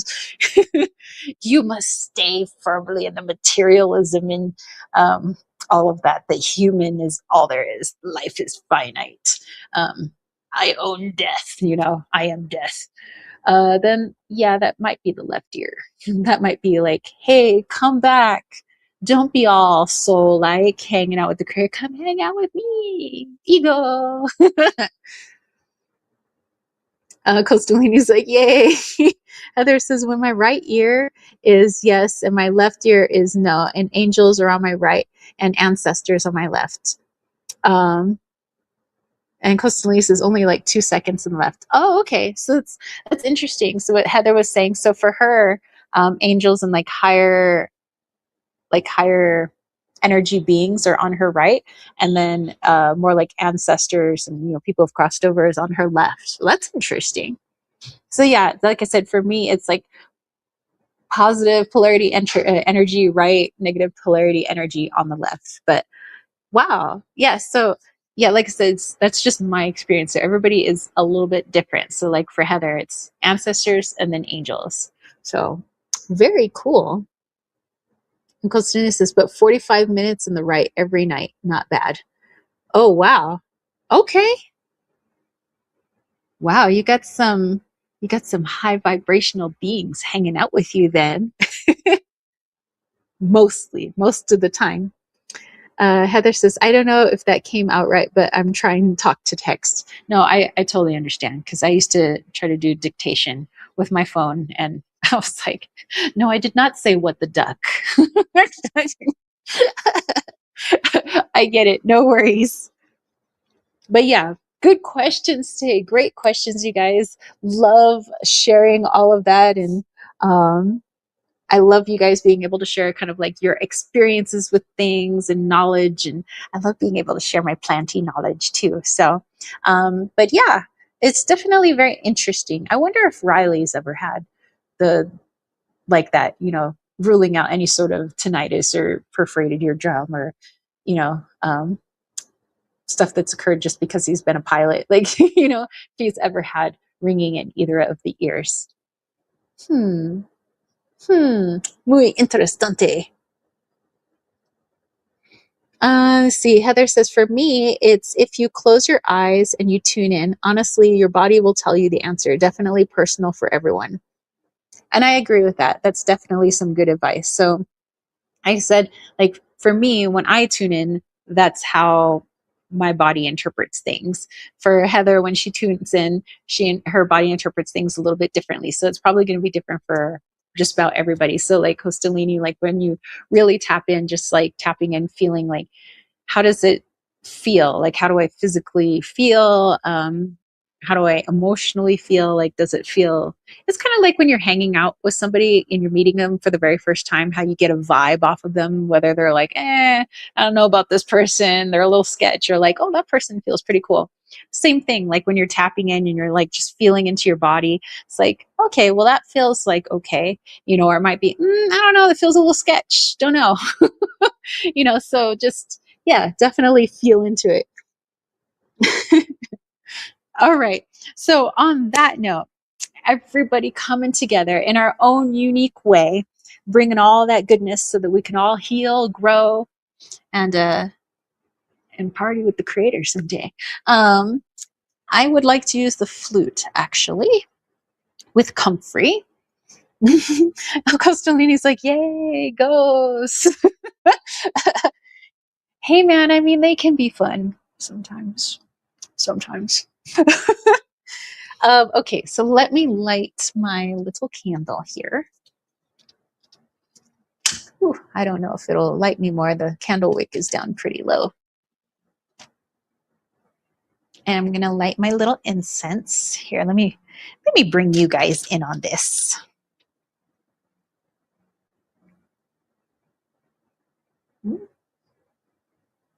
Okay. Just lighting our little incense. Letting it turn nice and red. Do, do, do, do. Ooh, there we go. Smell into that. That's my patchouli. Smells pretty good, actually. All right, so I'm going to lower my little tripod.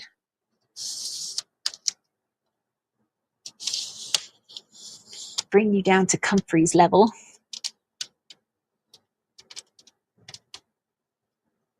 All right. So we have Comfrey. It's going to be helping us out. Thank you, Creator, for providing us with this wonderful herbal ally, uniting all as well as uniting our body, reuniting the parts of our body. Okay.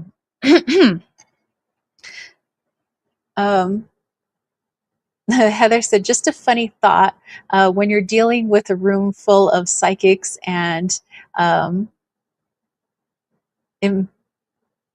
empaths, this is what kind of conversation you get. Is so awesome. Yeah, empathic people, I mean. Nice. Oh, wow, I just realized I was like a talking mouth on the screen. That's cool. All right, you guys, go ahead and find yourselves a nice, comfortable space, a place you will be undisturbed for the next several minutes. You could be laying in your bed. You could be sitting in a chair, maybe seated on the floor like I am now. Or maybe you're outside because it's a beautiful day and you want to chill out underneath one of your favorite trees. But you find a place that is most comfortable for you. And as you begin to get yourself nice and situated, go ahead and bring that awareness to the breath. Just noticing your inhales, your exhales. You can even put one hand over your heart, your other hand over your belly. And just feel that rise and fall of your chest. How comforting it is, how soothing, the rhythm of your own breath.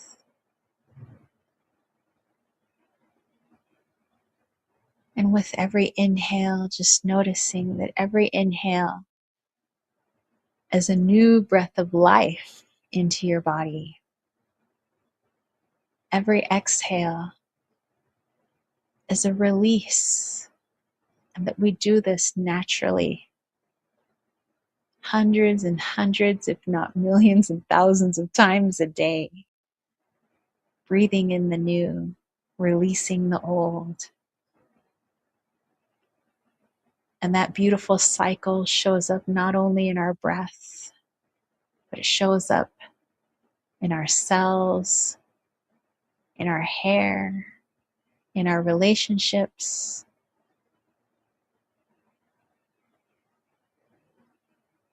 The cycle of death and rebirth is everywhere. And continuing to breathe that beautiful in and out.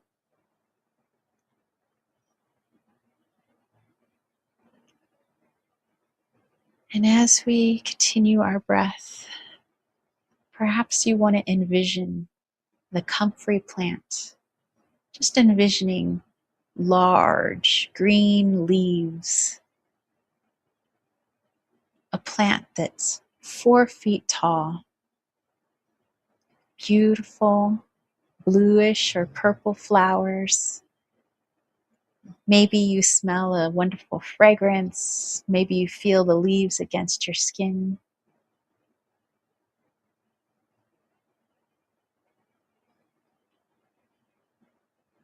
But allow yourself to be held by this plant. And how does it feel as it wraps its large green leaves around you? As you sink in to its foliage as it hangs its flowery heads all about you.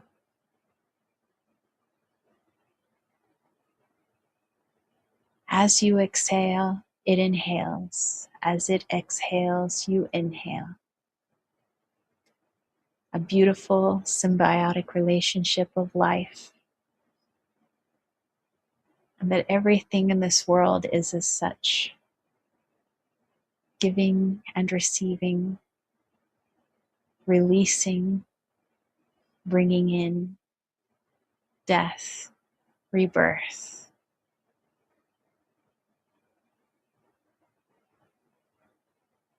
Continue breathing into this energy.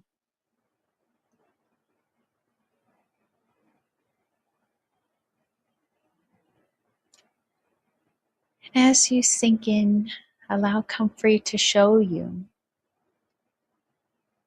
where you may feel disjointed in your life, disconnected. And just as it heals our ligaments, our tendons, our bones, our skin, our wounds, allow it to help you to feel whole once again. As it reminds us that we were never disjointed. But sometimes it's hard to see the healing when we are in the middle of it. Just like the point between the injury and the fully healed self. There is that in-between state. And Comfrey is here to aid you with that.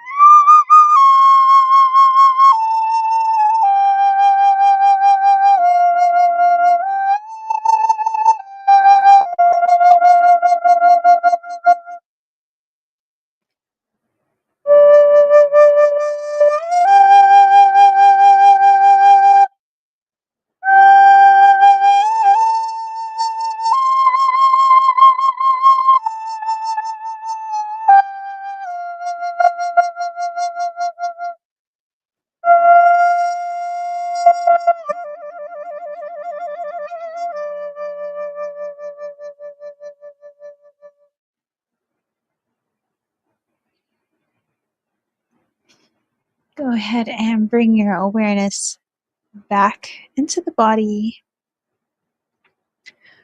wiggling those fingers and toes, breathing in that new life, that wholeness, and give yourself a nice big stretch. Feels good. All right, you guys, thank you so much for hanging out with me today and hanging out with Comfrey and hanging out with all of our friends and all of your wonderful questions and allowing me to answer, those questions with you guys. And thank you for, allowing me to create that lip balm. That lip balm might be ready. So maybe before I do a sign off, let me go grab the lip balm. Let's just see if it's good. I promised you that if it was set and ready to go, I would do a little test. So hold on. Let me go grab that real quick.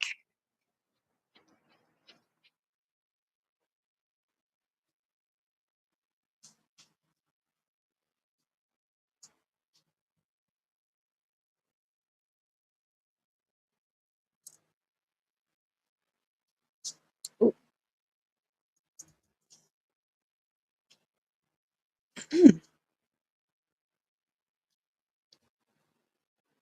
Yay. Ooh, that smells so good. It smells all eucalyptusy. Ooh, check that out. Here we go.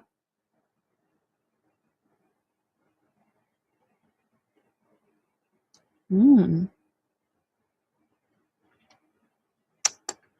Ooh, that does have that cool tingle to it.